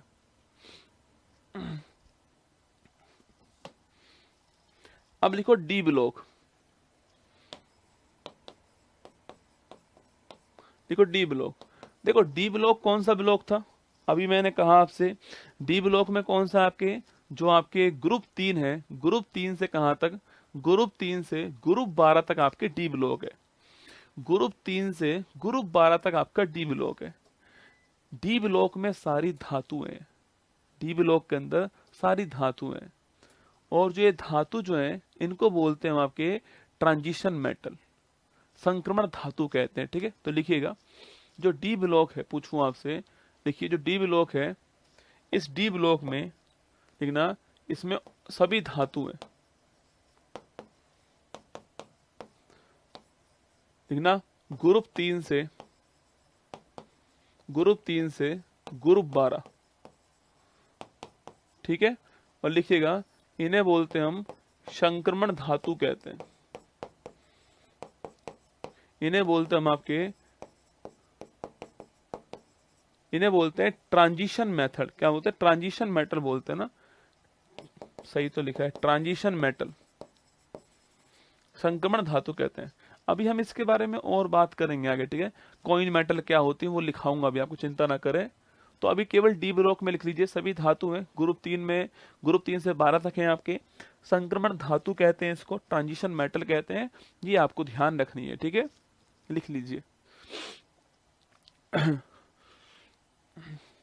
देखो आवर्त सारणी पढ़ने का कोई और छोर तो है नहीं, पर जितना मैं पढ़ा रहा हूं उससे बाहर भी नहीं पढ़ना, इससे बाहर सवाल नहीं जाएगा, यकीन मानना। ये टॉप लेवल का कॉम्पिटिटिव एग्जाम के लिए टॉप लेवल की केमिस्ट्री जो मैं आपको पढ़ा रहा हूं, ठीक है। आगे देखिएगा,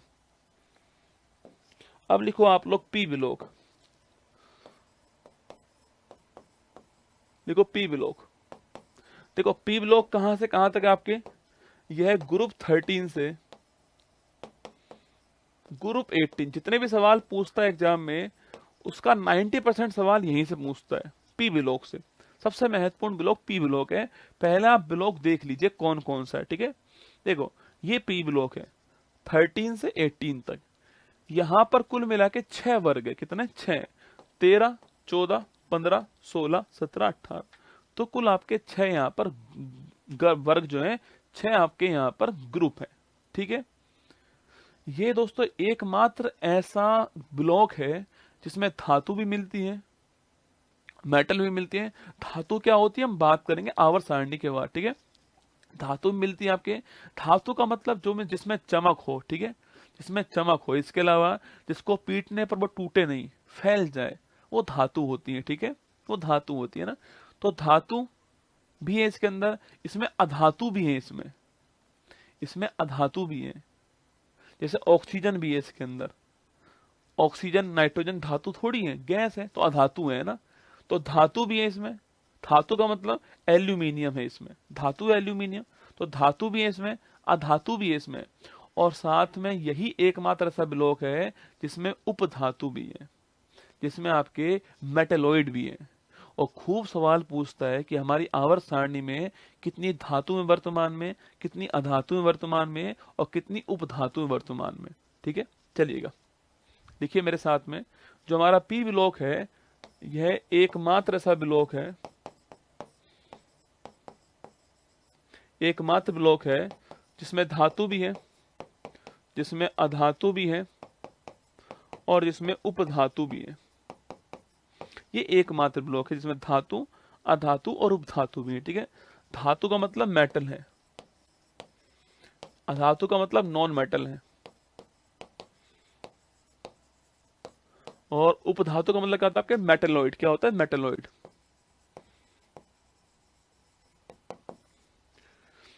अगर कभी सवाल पूछूं आपसे, लिखो नोट यहाँ पे, हमारी आवर्त सारणी में 118 एलिमेंट वर्तमान में,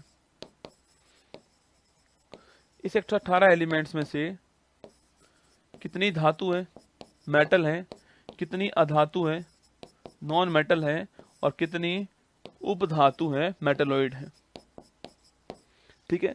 तो लिखिए धातु तो है 91, 91 धातु है, अधातु है 20, कितनी है? 20। बाकी कितनी? 7 क्या है? उपधातु है। धातु 91 है, अधातु 20 है, और 7 उपधातु है। 7 क्या? उपधातु है। पर अगर सवाल पूछूं आपसे कि आवर्त सारणी में उपधातु केवल किस ब्लॉक में है? पी ब्लॉक में। लिख लीजिएगा,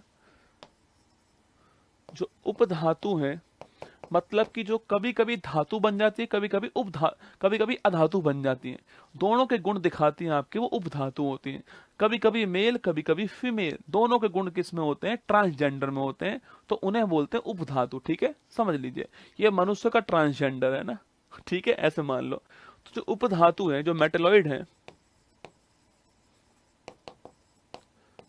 यह ओनली इन पी ब्लॉक, ये ओनली पी ब्लॉक में। आप बोलो गुरुजी क्या इनको आवर्त सारणी में दिखाया गया है क्या अलग से कि भाई यहां पर उपधातु है? तो बिल्कुल दोस्तों, आवर्त सारणी अगर गौर से देखोगे तो आप वहां पर आपको नजर आने वाला है कि उपधातु कौन कौन सी है। ठीक है, चलो दिखाऊं मैं आपको एक बार। तो आइए मेरे साथ में, मैं आपको लेकर चलता हूं जो आवर्त सारणी हमारी, वहां लेकर चलूं मैं आपको। तो जो उपधातु है आवर्त सारणी के अंदर, उसकी बात हम करने वाले हैं कि उसमें जो है कहां कहां पर हमारे सामने जो है उपधातु लिखी हुई है। ठीक है, देखिएगा ये आवर्त सारणी है। अगर आप इसको गौर से देखोगे तो आप देख पाओगे यहां पर कि आपको एक येलो लाइन दिखाई दे रही होगी। एक बार स्विच कर दो इसको, केवल इसी को दिखाओ। मैं येलो को थोड़ा डार्क येलो कर रहा हूं, ठीक है, समझना आप लोग। ये येलो लाइन आपको दिखाई दे रही होगी, शायद दिख रही है इनको येलो लाइन। ये येलो लाइन है। अगर येलो नहीं दिख रही, छोड़ो, येलो को हटाओ आप तो रेड कर दो इसको, रेड कर दो इसको। ठीक है, अब देखो, शायद अब दिखाई दे जाए आपको। ये आवर्त सारणी में येलो लाइन बनी हुई है ना, मैंने बस डार्क कर दिया दिखाने के लिए आपको। ठीक है, यह जो आपको लाइन दिख रही है ना बेटा, यहां पर कुछ एलिमेंट्स हैं, जैसे कि आपके बी एलिमेंट्स है। बी एलिमेंट क्या बोलते हैं आपके? बी को बोलते हैं बोरोन। क्या बोलते हैं? बी को बोलते हैं बोरोन। एक एसआई एलिमेंट मिलेगा आपको, एसआई को बोलते हैं सिलिकॉन। क्या बोलते हैं? सिलिकॉन। एक मिलेगा आपको जीई एलिमेंट, यहाँ पर जीई एलिमेंट, इसको हम बोलते हैं क्या? इसको बोलते हैं हम जर्मेनियम। क्या बोलते हैं? जर्मेनियम। ठीक है, एक मिलेगा एएस, इसको बोलते हैं हम आर्सेनिक। क्या बोलते हैं? आर्सेनिक कहते हैं। ठीक है, एक मिलेगा आपको एसबी, इसको बोलते हैं हम लोग एंटीमनी। क्या बोलते हैं? एंटीमनी कहते हैं। एक मिलेगा आपको टीई, इसको बोलते हैं हम टेलीरियम। क्या बोलते हैं? टेलीरियम कहते हैं। और एक मिलेगा आपको पीओ। क्या मिलेगा? पीओ मिलेगा, इसको बोलते हैं पोलिनियम।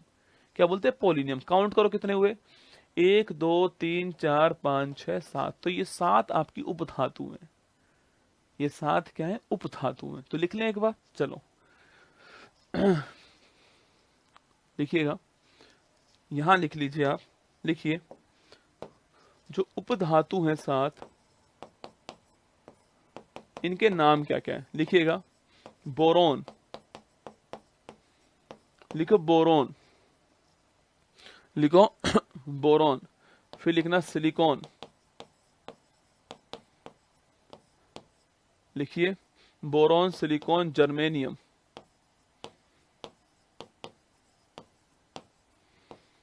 लिखिए बोरोन, सिलिकॉन, जर्मेनियम। लिखो आर्सेनिक, लिखो आर्सेनिक। एसबी, एंटीमनी, इसको एसबी लिखते हैं ना, एंटीमनी। लिखो टेलीरियम, लिखो टेलीरियम, टेलीरियम। एसबी को एंटीमनी बोलते हैं ना। लिखो पोलोनियम। तो ये 7 है। ठीक है, बोरोन को बी लिखते हैं, सिलिकॉन को एसआई लिखते हैं, जर्मेनियम को आपके जीई लिखते हैं, और जो आपके आर्सेनिक को एएस है, एंटीमनी को एसबी है, टेलीरियम को टीई है, पोलोनियम को पीओ है। ये आपको ध्यान रखना है। ठीक है, तो ये हमारी सारी उपधातु जो है वो आपके सामने यहाँ पर। तो आइए वापस पी ब्लॉक की ओर चलते हैं। ठीक है, तो पी ब्लॉक में धातु भी है, उपधातु भी है और अधातु भी है। ठीक है, पी ब्लॉक में आपके धातु, उपधातु, अधातु जो है तीनों इसके अंदर है। ब्लॉक 13 to 18 के बीच में पी ब्लॉक हो गए आपके, ये आपको छापना है। 118 टोटल एलिमेंट हमारी आवर्त सारणी में, धातु 91, अधातु 20, उपधातु 7 है।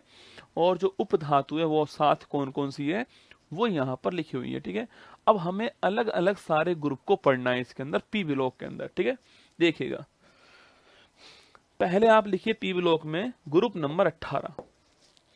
ये ग्रुप नंबर 18 शायद मैंने आपको पढ़ा चुका हूं। ग्रुप जो है, याद करो, ग्रुप 18 कौन कौन सा है? हरभजन, नेहरा, आगरकर, जीरो पर, जीरो पर, रन आउट। अरे याद है क्या? मैंने लिखा है हुआ है ना आपको, याद करो। हीलियम,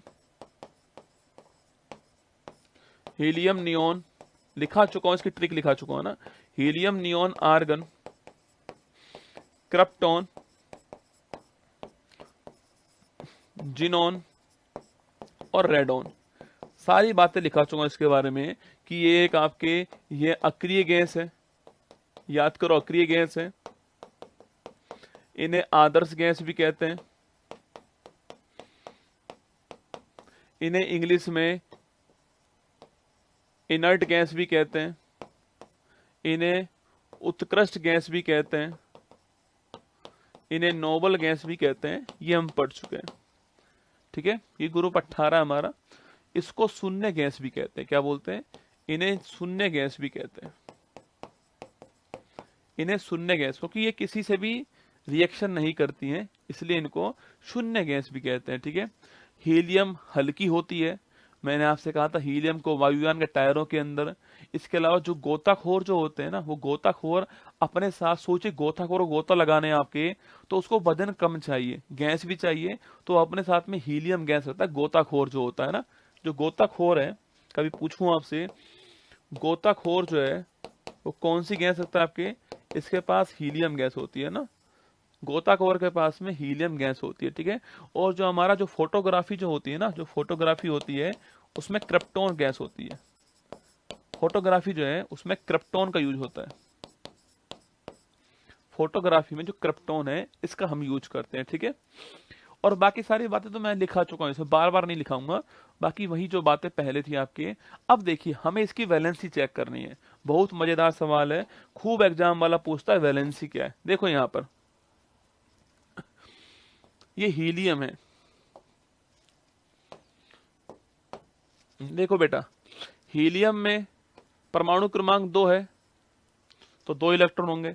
मैंने कहा पहले में 2 बाकी में 8 होंगे, तो पेट भरा हुआ है। ठीक है, नियोन को चेक करो आप, तो नियोन का परमाणु क्रमांक 10 होता है।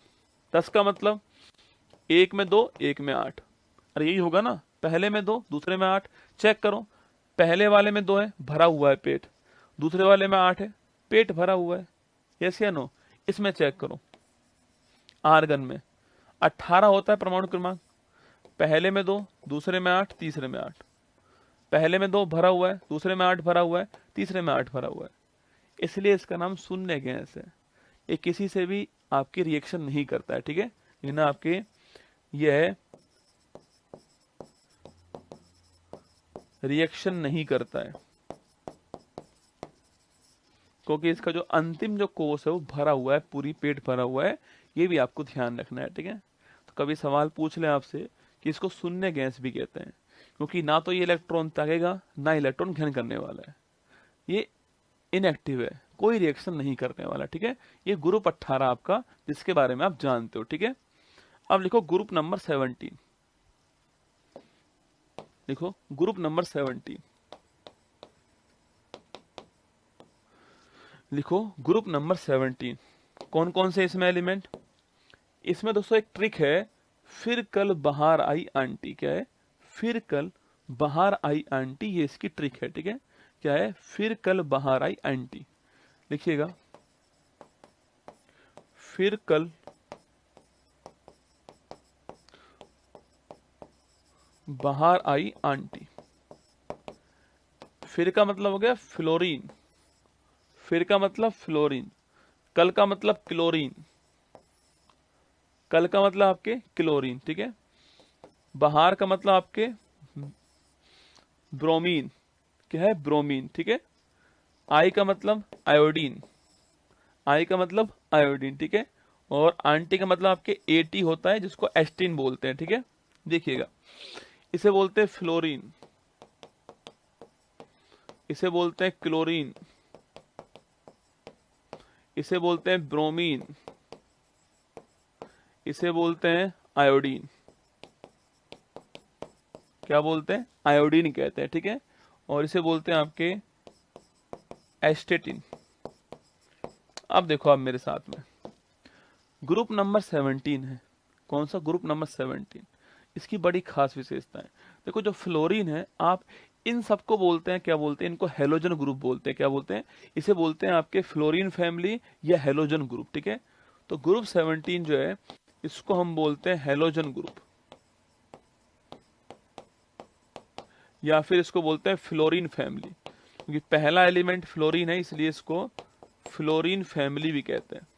तो हेलोजन ग्रुप या फिर फ्लोरीन फैमिली कहते हैं। देखो इसका इलेक्ट्रॉनिक विन्यास निकालो आप, तो फ्लोरीन का देखो, इसका परमाणु क्रमांक 9 होता है, 9। ठीक है, और जो क्लोरीन है इसका कितना होता है, अरे याद करो, क्लोरीन का पूछूं आपसे कितना होता है, छाप के बताओ मुझे। देखो यहाँ पर निकालो आवर्त सारणी, देखो फ्लोरीन का 9 होता है, क्लोरीन का 17 है ना, 17, ठीक है। चलो देखो, तो फ्लोरीन का 9 है और जो क्लोरीन है इसका 17 है।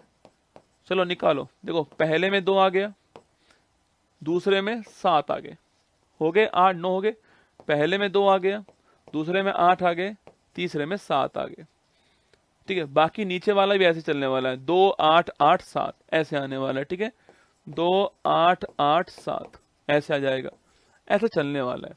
अब देखो मेरी बात को, हेलोजन ग्रुप का जो अंतिम जो कक्षा है उसमें 7 इलेक्ट्रॉन है। कितने? 7 इलेक्ट्रॉन है। और मैंने कहा कि पेट भरने के लिए 8 चाहिएंगे। कितने चाहिए? 8 चाहिए। अब आप मुझे ये बताओ कि 7 इसके पास पहले से हैं, 2 तरीके 8 करने के, या तो ये 7 त्याग दे तो यहां पर 8 बच जाएंगे, और या बेटा ये 1 इलेक्ट्रॉन ले ले, क्या करें? 1 इलेक्ट्रॉन और ले ले तो 8 हो जाएंगे। आप बताओ क्या करने वाला है ये 7 क्यों त्यागेगा? 7 त्यागने में बड़ी मेहनत लगने वाली है आपके। ये 1 तुरंत लेगा, एक जो है तुरंत उसको ले लेगा, 7 तो है इसके पास में, ये 1 और ले लेगा तो 8 हो जाएंगे इसके पास भारी कोष में आपके। तो मैंने कहा था ना आपसे, इलेक्ट्रॉन त्याग कर या इलेक्ट्रॉन ग्रहण करके अगर कोई आपके स्थायित्व प्रदान करता है तो वो उसकी वैलेंसी होती है। तो यहां पर जो वैलेंसी होगी आपके, वो 1 इलेक्ट्रॉन ग्रहण करने पर पूरी होने वाली है, और ग्रहण करने के लिए आपको माइनस यूज करना है। तो यहां पर जो वैलेंसी है वो -1 होती है। कितनी? -1। लिखिएगा, लिखना, जो वैलेंसी जो होगी यहां पर, देखिए 1 इलेक्ट्रॉन ग्रहण करना पड़ेगा इनको, और ये -1 होने वाली है। कितनी? -1। और ये पूरी आवर्त सारणी में, पूरी आवर्त सारणी में ये जितने भी एलिमेंट हैं ये हाईली आपके एक्टिव एलिमेंट है, सर्वाधिक क्रियाशील एलिमेंट है, क्योंकि इनको इनके पास साथ साथ है। और ये चाहते हैं कि भाई, जैसे आपके साथ होता है ना दोस्तों, आपने एक टारगेट बना लिया, मान लो कि आपको 10 घंटे पढ़ना है और आपके 9 घंटे 50 मिनट पूरे हो गए। जो अंतिम 10 मिनट होंगे ना, आपको इतना आप एक्टिव होने वाले हो कि यार बस 10 मिनट हो, टारगेट पूरा हो जाए ना। वो जो फीलिंग होती है ना आपके सामने कि 10 मिनट पूरी हो जाए, टारगेट पूरा हो जाए, तो वही वाली फीलिंग इनके साथ होती है आपके। तो पूरी आवर सारणी में मोस्ट आपके हाईली एक्टिव आपके एलिमेंट्स कौन से होते हैं? वो हेलोजन ग्रुप में होते हैं। फ्लोरीन, क्लोरीन, ब्रोमीन, आयोडीन, ये सारे हाईली एक्टिव हैं। और इन सब में भी हाईली एक्टिव कौन होगा आपके? तो फ्लोरीन होगा। अभी तो मैंने कहा था, याद करो, ऊपर से नीचे अगर हम आते हैं तो जो इलेक्ट्रोनेगेटिविटी आपकी हमारी कम होती है, तो हाईली एक्टिव कौन होगा आपके? वो फ्लोरीन होने वाला है। वही तो हमारा सवाल था, याद करो, कि आवर सारणी का सबसे मोस्ट एक्टिव एलिमेंट्स कौन सा है? फ्लोरीन है। वो मैंने आपको वहां लिखाया था, ठीक है। लिखिए मेरे साथ में, संयोजकता इसकी 1 इलेक्ट्रॉन घन -1 हो जाएगी। लिखना, यहां लिखिएगा, लिखिए नोट,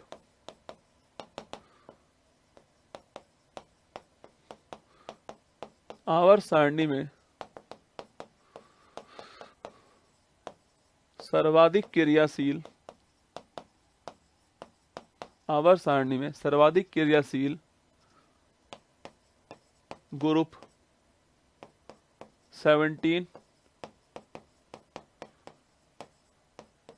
है।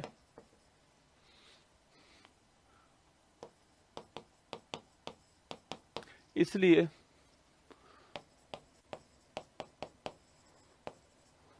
सर्वाधिक विद्युत ऋणात्मकता भी हैलोजन ग्रुप में शीर्ष पर स्थित फ्लोरीन की होगी।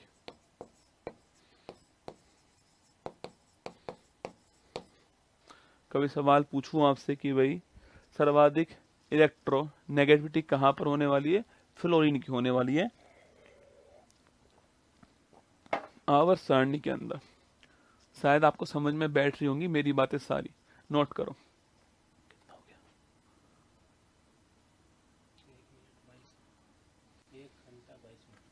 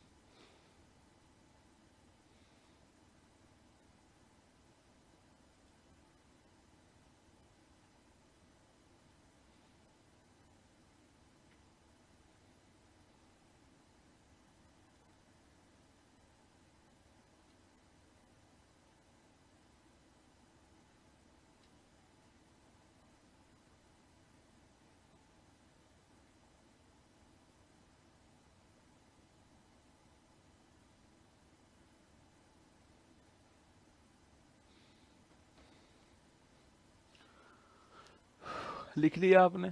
आवाज आ रही है मेरी आप तक? तो ये ग्रुप नंबर 17। देखो, इनके एलिमेंट्स के बारे में अलग से पढ़ाई करेंगे, पर एक बार हम ग्रुप्स के बारे में पढ़ रहे, ग्रुप्स कौन कौन से। ठीक है, चलो अब लिखो ग्रुप नंबर 16 लिखो।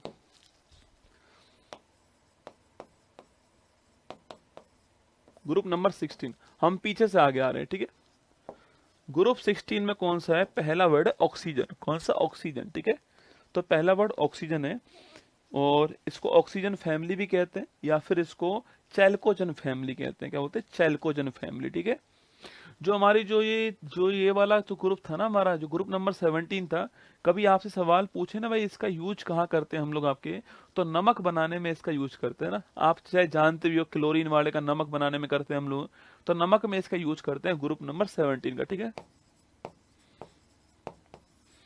चलो ग्रुप नंबर लिखना 16 लिखना। देखो, इसकी ट्रिक है ओ स्टाइल से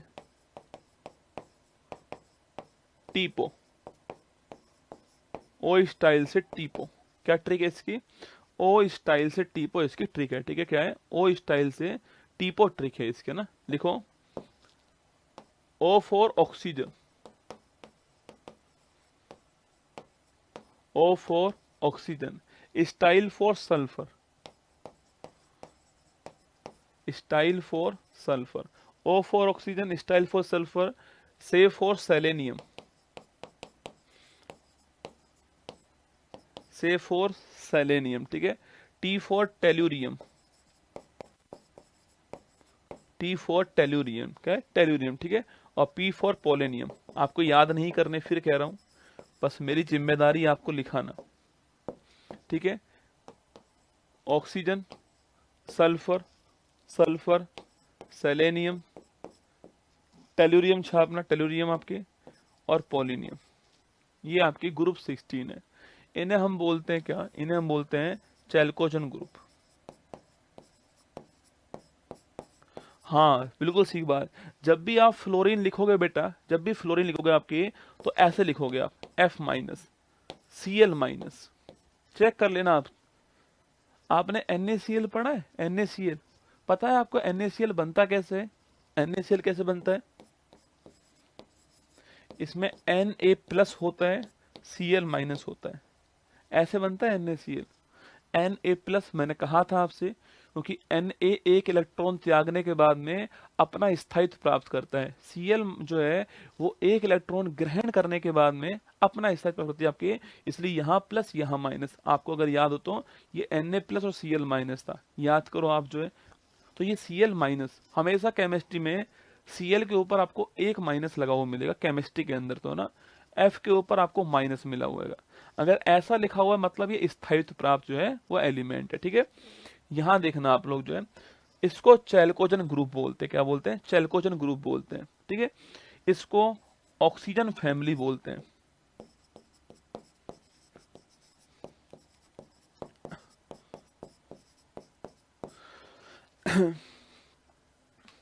एक बात ध्यान रखनी है आपको, जितने भी मेटल्स हैं, उन मेटल्स के जो भी ऑक्साइड होंगे वो क्षारीय होंगे। लिख लो, लिखना, धातुओं के ऑक्साइड सदैव क्षारीय होते हैं।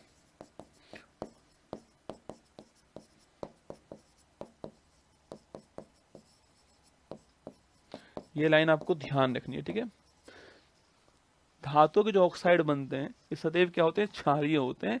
ये आपको नोट करना है। इनको चैल्कोजन ग्रुप बोलते हैं, ग्रुप नंबर 16 को।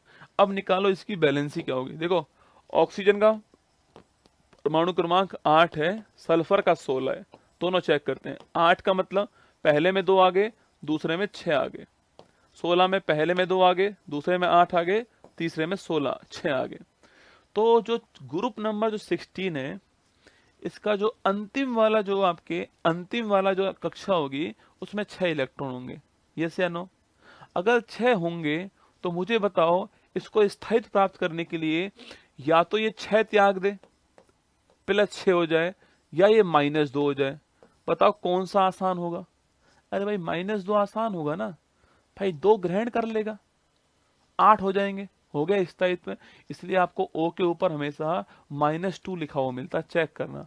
O के ऊपर -2, S के ऊपर -2। क्यों होता है? क्योंकि वो 2 इलेक्ट्रॉन ग्रहण करके क्या हो रहा है, स्थायित्व प्राप्त कर रहा है। ठीक है, तो लिख लेना जो इनकी जो बैलेंसी होती है,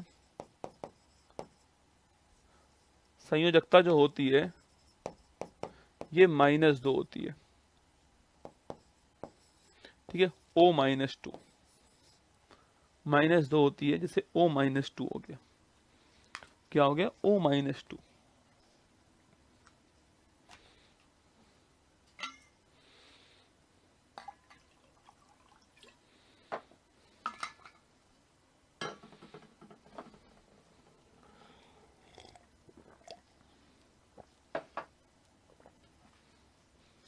चले आगे।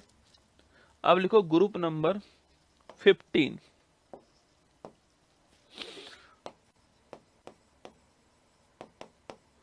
लिखो ग्रुप नंबर 15। ग्रुप नंबर 15, इसकी ट्रिक क्या है? नाना पाटेकर, नाना पाटेकर, नाना पाटेकर लिखना एस, ऐश्वर्या राय को एस बोलते हैं ना, ऐश। सब विलेन, ये सारे विलेन है। नाना पाटेकर, ऐश्वर्या राय, सब विलेन। ठीक है, तो इसमें जो पहला एलिमेंट है वो क्या है? नाइट्रोजन। नाइट्रोजन पहला एलिमेंट है, नाइट्रोजन। ठीक है, क्या है? नाइट्रोजन। सेकंड आपके फास्फोरस। सेकंड क्या है? सेकंड आपका फास्फोरस। थर्ड है आर्सेनिक। थर्ड है आर्सेनिक। सबका मतलब होगा आपके क्या? सबका मतलब एंटीमनी। पर जो एंटीमनी जो होता है ना, इसको लिखते हैं एसबी से। तो मैंने यहां से सब बनाया। ठीक है, एंटीमनी को एसबी से लिखते हैं। ठीक है, और विलेन हो गया बिस्मिथ, तो इसको बोलते हैं नाइट्रोजन एन। इसको बोलते हैं फास्फोरस का पी हो गया। ठीक है, फास्फोरस का पी हो गया आपके। आर्सेनिक का देखो यहां पर लिखा हुआ है, देखो ये लिखा, दिखाता हूं आपको। देखो, नाइट्रोजन, फास्फोरस, आर्सेनिक, एंटीमनी,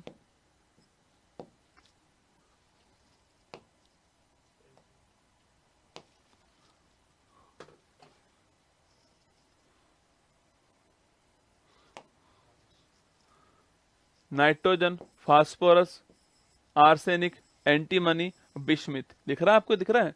तो यही आपके हैं ना, तो लिखो एक बार।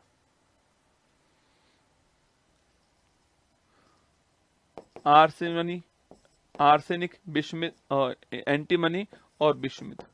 ठीक है, ये सारे आपके ग्रुप नंबर 15 में।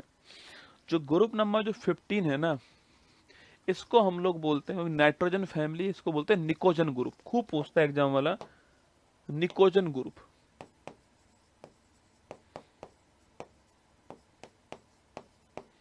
निकोजन ग्रुप कहते हैं इसको, या फिर इसको नाइट्रोजन फैमिली कहते हैं। ठीक है, निकोजन ग्रुप या नाइट्रोजन फैमिली। इसका यूज कहां पर होता है? इसका यूज आपके फर्टिलाइजर में होता है। कहां पर? इस ग्रुप का यूज कहां करते हैं हम? उर्वरक इंडस्ट्री में करते हैं, जो फर्टिलाइजर है उसमें करते हैं। ग्रुप 15 का यूज कहां पर? उर्वरक के अंदर, या जो फर्टिलाइजर है वहां पर इसका यूज करते हैं। अब देखो, जो नाइट्रोजन है हमारा, इसका परमाणु क्रमांक 7 हो गया है, फास्फोरस 15 हो गया है। एक बार इनको चेक करते हैं। ठीक है, 7 में 2 हो गया और 5 हो गया, यस या नो? फास्फोरस में 2 हो गया है, 8 हो गया और 5 हो गया। मतलब कि जो निकोजन फैमिली है, ग्रुप 15 जो है, इसका जो अंतिम जो कक्षा है उसमें 5 इलेक्ट्रॉन होंगे।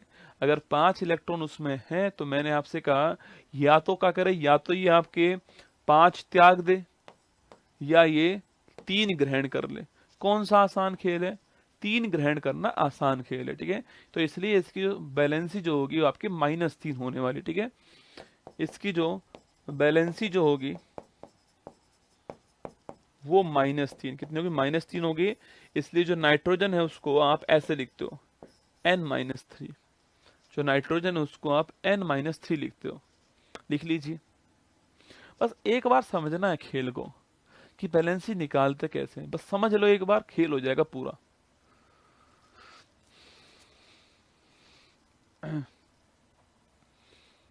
ये ग्रुप नंबर 15 हो गया ना। नाना पाटेकर एस सब विलेन। 16 में क्या है, ओ स्टाइल से टीपो। 17 में क्या है आपका, 17 में फिर कल बाहर आएगी आंटी। और 18 में क्या आपके, हरभजन नेहरा आगरकर 0 पर रन आउट। पहले में क्या है, पहले में याद करो आपके, हेली ने रब से की फरियाद, ठीक है। और बेटा मांगे कार स्कूटर बाप रोए। ऐसे याद कर लो पूरी आसानी याद करनी हो तो। चले, आपके घर में कोई छोटा बच्चा हो तो अगर उसको आपको करना है, इसको प्रभावित करना है इसको अपने ज्ञान से, तो कर देना, ज्ञान से प्रभावित उसको समझा देना है सारी चीजें, वो खुश हो जाएगा एकदम, बढ़िया बढ़िया मजा आएगा उसको। अब लिखो आगे, ग्रुप नंबर 14।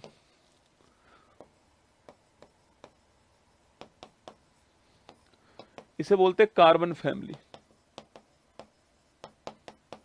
कौन सी फैमिली, कार्बन फैमिली, ठीक है। इसकी जो ट्रिक है, इसे बोलते हम लोग कार्बन फैमिली बोलते हैं, ठीक है।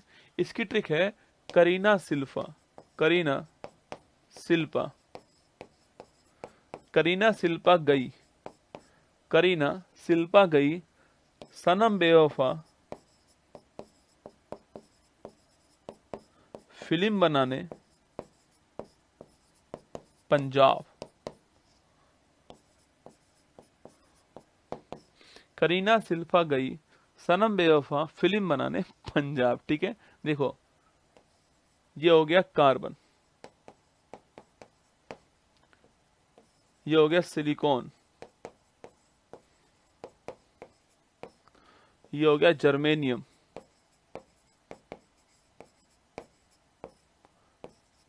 क्या हो गया, जर्मेनियम, ठीक है।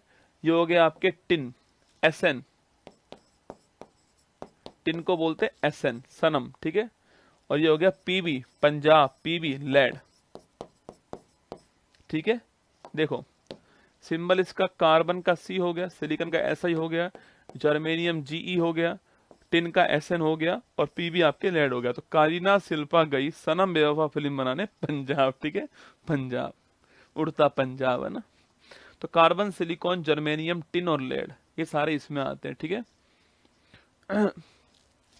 कार्बन फैमिली बोलते हैं। इसमें दो आपको दिख रहे हैं, सिलिकॉन और जर्मेनियम। इन दोनों का यूज हम कहां करते हैं, अर्धचालक के रूप में करते हैं, ठीक है। बड़ा प्यारा सवाल है, देखिएगा। सिलिकॉन और जर्मेनियम जो है ये है अर्धचालक, सेमी कंडक्टर, क्या है, सेमी कंडक्टर है, क्या है, अर्धचालक है, सेमी कंडक्टर है। सिलिकॉन और जर्मेनियम सेमी कंडक्टर है, अर्धचालक है, क्या है, अर्धचालक या फिर सेमी कंडक्टर बोलते हैं इसको। सिलिकॉन और जर्मेनियम इस कैटेगरी में आते हैं। क्लियर बात है मेरी, ठीक है। अर्धचालक क्या होते हैं, जो कभी चालक बन जाए और कभी आपके कुचालक बन जाए, कभी तो इलेक्ट्रिसिटी इनमें फ्लो हो जाए और कभी ना हो, दोनों गुणों। कुल मिला के मनुष्यों का ट्रांसजेंडर कौन है, आपके अर्धचालक है, ये आपको याद करना है, ठीक है। सिलिकॉन, जर्मेनियम आपके इसमें आते हैं। इसमें जितने भी एलिमेंट हैं वो लंबी लंबी श्रृंखला बनाने के लिए आपके जाने जाते हैं, ठीक है। लिखना आपके, ये जो एलिमेंट जो है वो लंबी लंबी श्रृंखला बनाने वाला ग्रुप है, ये श्रृंखला बनाने वाला ग्रुप है। एक केमिस्ट्री में एक ऑर्गेनिक केमिस्ट्री होती है जो हम पढ़ाएंगे आपको, जिसमें केमिकल कंपाउंड नाम सुनते हो ना आप, बेंजीन या फिर आपके जितने भी नाम सुनते हो आप ऑर्गेनिक कंपाउंड में, जिसमें कार्बन हाइड्रोजन होता है, वो ऑर्गेनिक केमिस्ट्री होती है, ठीक है। उसकी बात हम करेंगे ना, वहां आप देखना, वहां देखना आप, आपको ऐसे मिलेगा सी सी सी सी सी, ऐसे मिलते हैं वहां पर, चेक करना आप। आपको मैं पढ़ाऊंगा ethene, methane, ethene, propane, butane, hexane, octane, ये सब पढ़ाऊंगा ना, तो उसमें आपको ऐसे मिलता है ना। कार्बन श्रृंखला के रूप, श्रृंखला बनाता है यहाँ पर ना। तो पूछूं आपसे, श्रृंखला बनाने वाला ग्रुप कौन सा, वो यही ग्रुप है, कौन सा, आपके ग्रुप नंबर 14, कार्बन फैमिली बोल दीजिए, एक ही बात है, ठीक है। अब निकालिए, यहां पर पूछूं आपसे, यहां पर चेक कीजिए आप लोग, कार्बन का परमाणु क्रमांक 6 हो गया। सिलिकॉन पूछो कितना होता है, याद करो। अरे सिलिकॉन वाला कितना होता है, सिलिकॉन कितना होगा छापना। फास्फोरस फास्फोरस आपके 16 हो गया। फास्फोरस सिलिकॉन कितना होता है देखो यहाँ पर, ये हमारी आवर्त सारणी है। कहाँ गई आवर्त सारणी, ये देखो आवर्त सारणी। सिलिकॉन 14 है ना, फास्फोरस 15 है, ठीक है। तो सिलिकॉन कितना है, सिलिकॉन आपके 14 हो गया, सिलिकॉन 14 हो गया, ठीक है। देखो 6 को लिखेंगे 2 और 4, 14 को 2, 8 और 4, मतलब जो ग्रुप 14 है, इस ग्रुप 14 का जो अंतिम जो कक्षा है उसमें 4 इलेक्ट्रॉन है। अब देखना खेल आपके, 4 इलेक्ट्रॉन इसके पास में है। अब या तो ये 4 त्याग दे या 4 ग्रहण कर ले। या तो बेटा ये क्या करे, या तो आपके 4 त्याग दे +4 हो जाए, या ये -4 हो जाए। या तो ये +4 हो जाए या -4 हो जाए। तो ग्रुप 14 जो है इसकी बैलेंसी +4 भी होती है, क्योंकि दोनों एक ही बात है ना, दोनों एक ही बात है। तो +4 भी होती है और -4 भी होती है, ठीक है। तो लिखिएगा जो इसकी बैलेंसी जो होगी वो +4 भी होगी और -4। अगर आपने गौर किया हो तो देखो, गौर करना था आपको पर आपने किया नहीं, ठीक है। यहां मैंने नीचे एक श्रृंखला बनाई है, इसमें देखो एक कार्बन जो है वो कितने बॉन्ड बना रहा है। देखो एक कार्बन जो है कितने बॉन्ड बना रहा है, एक बॉन्ड यहाँ पर, एक बॉन्ड यहाँ पर, एक यहाँ पर, एक यहाँ पर। क्योंकि मैंने कहा इसके जो अंतिम जो कोष है उसमें पहले से 4 इलेक्ट्रॉन है और इसको करने 8, तो 8 करने के लिए ये 4 बॉन्ड बना रहा है। ये सारी केमिस्ट्री है बेटा, केमिस्ट्री के तार जुड़े हुए हैं आपस में। अगर आपने एक बार समझने का प्रयास कर लिया तो केमिस्ट्री आपका फेवरेट सब्जेक्ट होने वाला है। मैंने यही तो कहा शुरुआत से, यही तो कह रहा हूं कि भाई कार्बन के अंतिम जो कोष है उसमें 4 इलेक्ट्रॉन है और होने चाहिए उसके पास 8। तो वो 4 जो है वो ग्रहण करने वाला मान लो, तो 4 बॉन्ड बना रहा है। 1 2, हर कार्बन देखो, कोई भी कार्बन, ये वाला उठा लो, 1 2 3 4, ये उठा लो 1 2 3 4, ये उठा लो 1 2 3 4। तो 4 कार्बन हमेशा 4 बॉन्ड बनाएगा, ये ध्यान रखना है आपको, ठीक है। क्योंकि उसकी बैलेंस ही बोल रही है 4 बॉन्ड बनाने के लिए। तो एक कार्बन फैमिली आपके सामने। अब लिखो लास्ट हमारा पी ब्लॉक का लास्ट फैमिली आपके वो है ग्रुप नंबर 13। इसे बोलते हम लोग क्या, इसे बोलते हम बोरोन फैमिली।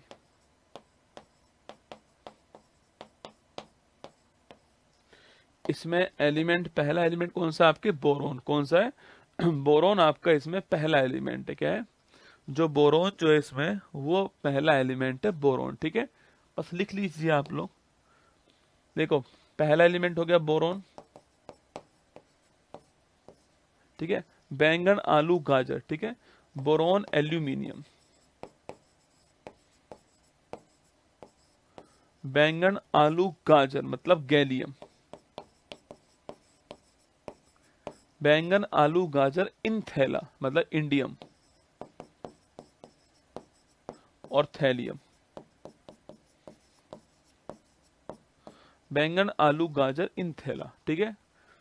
ट्रिक क्या है इसकी, बैंगन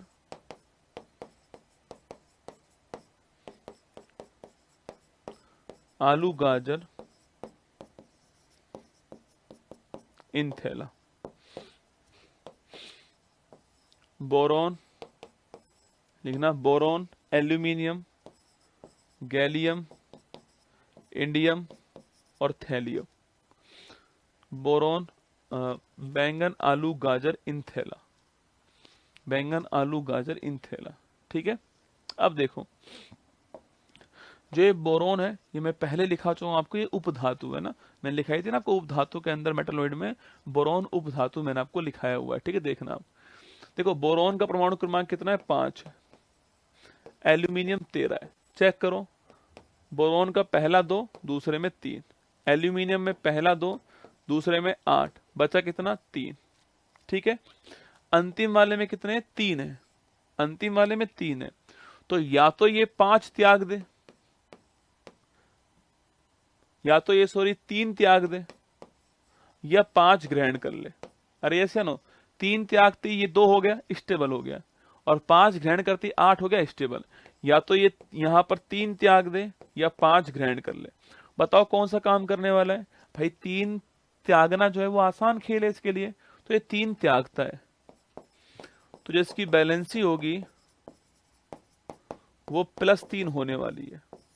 इसलिए जो एल्यूमिनियम होता है उसको आप ऐसे लिखते हो, एल्यूमिनियम +3 लिखते हो, ऐसे लिखते हो। कारण क्या उसका, क्योंकि एल्यूमिनियम की बैलेंसी +3 है, इसलिए उसको ऐसे लिखते हैं।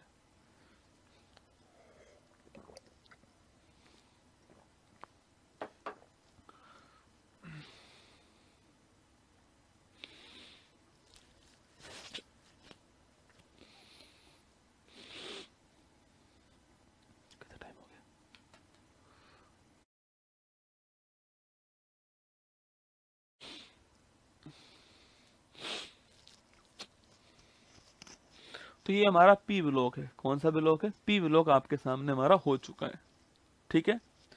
तो पी ब्लॉक में 13, 14, 15, 16, 17, 18 हमने 6 के 6 ग्रुप पढ़ लिए। इनकी वैलेंसी क्या होती है, इनमें तत्व कौन कौन से, ट्रिक्स क्या है इसकी। तो कौन कौन सी, बैंगन, आलू, गाजर, इंथेला। पहला ग्रुप नंबर 13 की है, बैंगन, आलू, गाजर, इंथेला। ग्रुप नंबर जो 14 है उसकी क्या, करीना, शिल्पा गई सनम बेवफा फिल्म बनाने पंजाब, ग्रुप 14। ग्रुप 15 क्या है आपके, वो है नाना पाटेकर एस सब विलेन। ग्रुप जो आपके 16 उसी क्या है, ओ स्टाइल से टीपो। 17 क्या है, 17 के फिर कल बाहर आई आंटी। 18 में क्या है, हरभजन नेहरा आकर 0 पर रन आउट। तो ये हो गया। एक ग्रुप हमारा कौन सा, एफ ब्लॉक हो रहा है ना। एफ ब्लॉक में मैंने कहा आपसे 14 एलिमेंट लेंथेनॉइड के अंदर है, 14 एलिमेंट आपके एक्टिनॉइड के अंदर है, कुल मिला के आपके 28 एलिमेंट है, ठीक है। ये लिख लेना आप। अगला पॉइंट लिख लीजिएगा नोट लगा के, लिखिएगा। जो एफ ब्लॉक है इसमें 14 + 14 आपके 28 एलिमेंट है। जो एफ ब्लॉक है इसमें 14 + 14 आप कितना, आपके 14 + 14 जो है आपके टोटल आपके 28 एलिमेंट जो है वो एफ ब्लॉक के अंदर, ठीक है।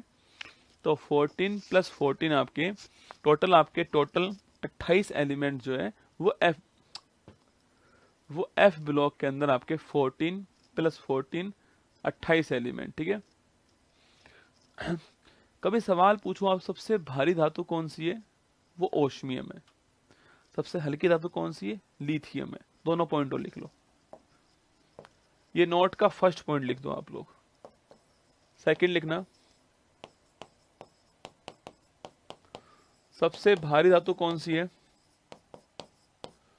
वो है ओस्मियम। इसको लिखते हैं ओएस। क्या लिखते हैं, ओएस लिखते हैं, ठीक है। नंबर 76। सबसे हल्की धातु कौन सी है,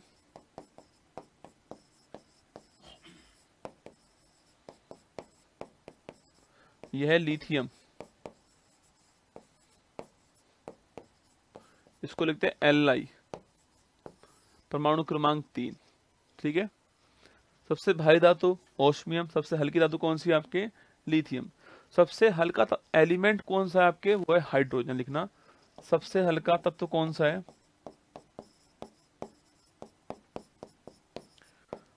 ये है हाइड्रोजन। पूछूं आपसे आवारा तत्व कौन सा है, तो भी हाइड्रोजन।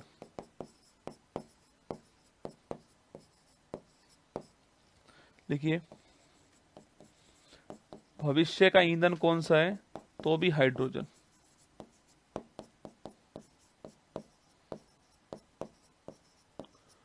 और खोज करने वाला कौन है, लिखना कैवेंडिश। भविष्य का ईंधन हाइड्रोजन, आवारा तत्व हाइड्रोजन, सबसे हल्का तत्व कौन सा है, तो भी हाइड्रोजन है, ठीक है। अगर पूछूं आपसे वह कौन सी धातु है जो द्रव अवस्था में, लिखना लिखना कमरे के तापमान पर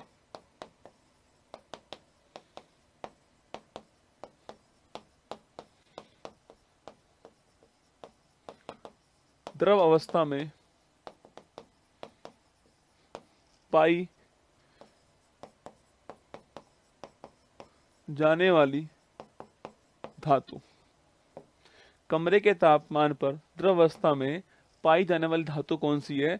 वह है पारा। पारा मतलब मरकरी। मरकरी मतलब Hg। क्या है? Hg। ठीक है। परमाणु क्रमांक कितना है? Z बराबर 80। तो पारा, मरकरी, Hg, Z बराबर 80। ठीक है। कमरे के तापमान पर द्रव अवस्था में पाई जाने वाली धातु आपके पारा, मरकरी। ठीक है। पूछूं आपसे, ये धातु है मरकरी, पूछूं आपसे अधातु कौन सी है? नॉन मेटल कौन सा है? सवाल जो पूछे आपको वही बताना है। ठीक है। सवाल अगर मेटल पूछे आपसे तो पारा, मरकरी। सवाल पूछे आपसे कि नॉन मेटल कौन सा अच्छा अपना, वो है ब्रोमीन। परमाणु क्रमांक 35। सवाल पूछे धातु कौन सी है? धातु तो कौन सी है आपके? धातु है मरकरी।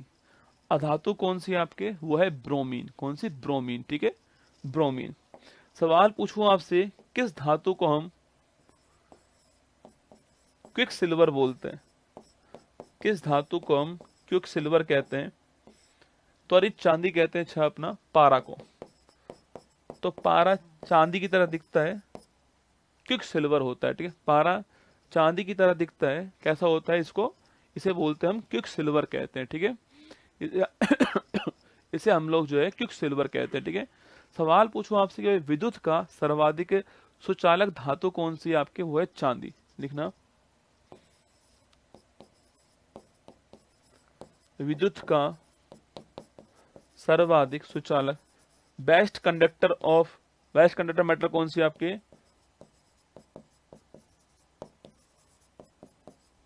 वो है चांदी, जिसको हम Ag कहते हैं। क्या बोलते हैं? Ag कहते हैं चांदी। ठीक है। सर्वाधिक सुचालक धातु कौन सी है आपके, मतलब बेस्ट कंडक्टर कौन सा है आपके? वो चांदी है, मेटल के रूप में, है ना। पूछूं आपसे, सर्वाधिक आघात वर्धितता किसकी आपकी, मतलब चोट को सहने की क्षमता किसके अंदर होती है?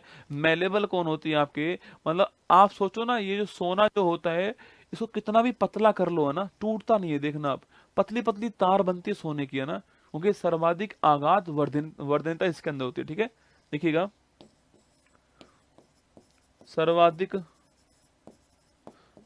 आघात वर्धनीयता किसकी होती है छापना? वो होती है Au। Au मतलब सोना, गोल्ड। Au मतलब सोना, गोल्ड। ठीक है। ओरम बोलते हैं इसको, इसको अर्जेंटिनम बोलते हैं ना, इसको अर्जेंटिनम बोलते हैं। Ag को मैं लिखाऊंगा आगे। ठीक है। इसको ओरम कहते हैं ना। सर्वाधिक आघात वर्धनता किसकी होती है? इसकी होती है। ठीक है। इस वर्ड का अर्थ होता है मेलेबल, या फिर चोट सहने की क्षमता।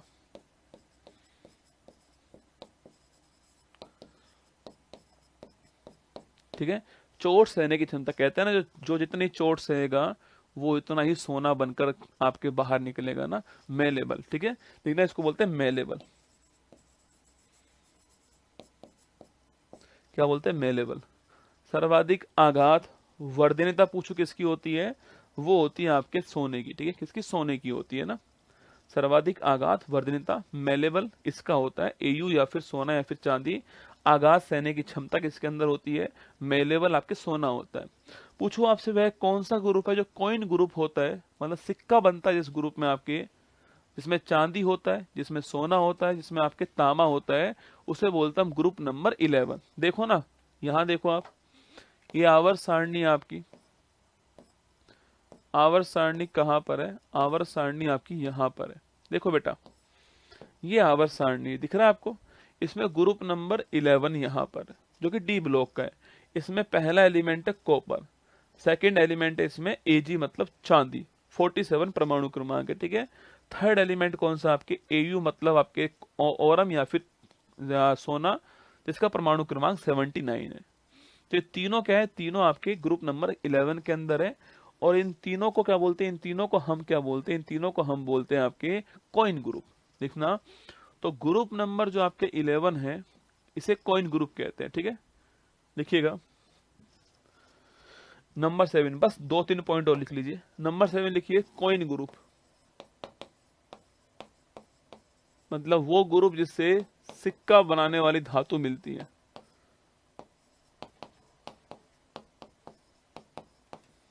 उसे बोलते हम लोग कॉइन ग्रुप। कौन सा होता है बेटा? ये होता है ग्रुप नंबर 11। तो जो ग्रुप नंबर जो 11 है इसे हम कॉइन ग्रुप कहते हैं, ठीक है। ग्रुप नंबर जो 11 है इसे कॉइन ग्रुप कहते हैं, जिसमें कॉपर होता है, जिसमें एजी होता है, जिसमें एयू होता है, जिसमें कॉपर होता है, तांबा होता है, जिसमें अर्जेंटेनम होता है,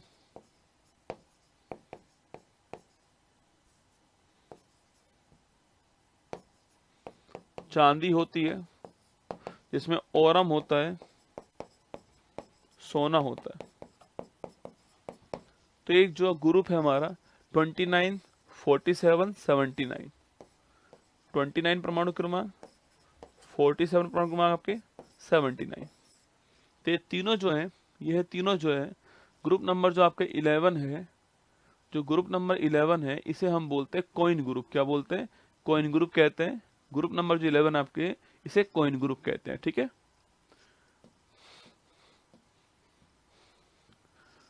बस 2 मिनट और रुक जाओ ना।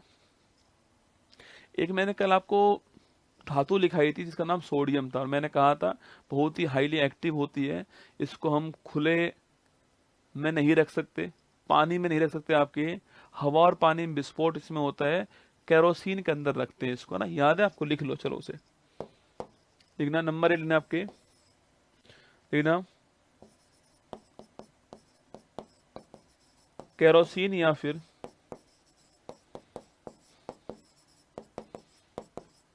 मिट्टी के तेल में रखी जाने वाली धातु कौन सी है? वो है Na, निट्रियम बोलते हैं, सोडियम, सोडियम बोलते हैं, ठीक है। हवा और पानी में विस्फोट,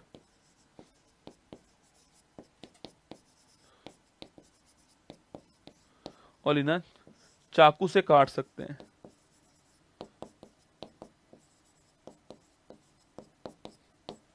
हवा पानी में विस्फोट इसमें होता है, और चाकू से इसको काट सकते हैं हम लोग, ठीक है। हवा पानी में विस्फोट है और चाकू से हम काट सकते हैं। ये हमारी बहुत ही महत्वपूर्ण बातें आवर्त सारणी की हो गई। अब हमारे 2 नियम बचे हुए हैं, एक तो डोबेनियर का नियम है, एक न्यूलैंड का अष्टक नियम है। ये दोनों कल हम शुरुआत में 10 मिनट के अंदर पूरा कर देंगे ना। शुरुआती 10 मिनट में आपके न्यूलैंड का अष्टक नियम, शुरुआती आधे घंटे के अंदर हम न्यूलैंड का अष्टक नियम और डोबेनियर का त्रिक नियम पढ़ने वाले हैं। एग्जाम में पूछता है इसलिए कराऊंगा मैं आपको, ठीक है।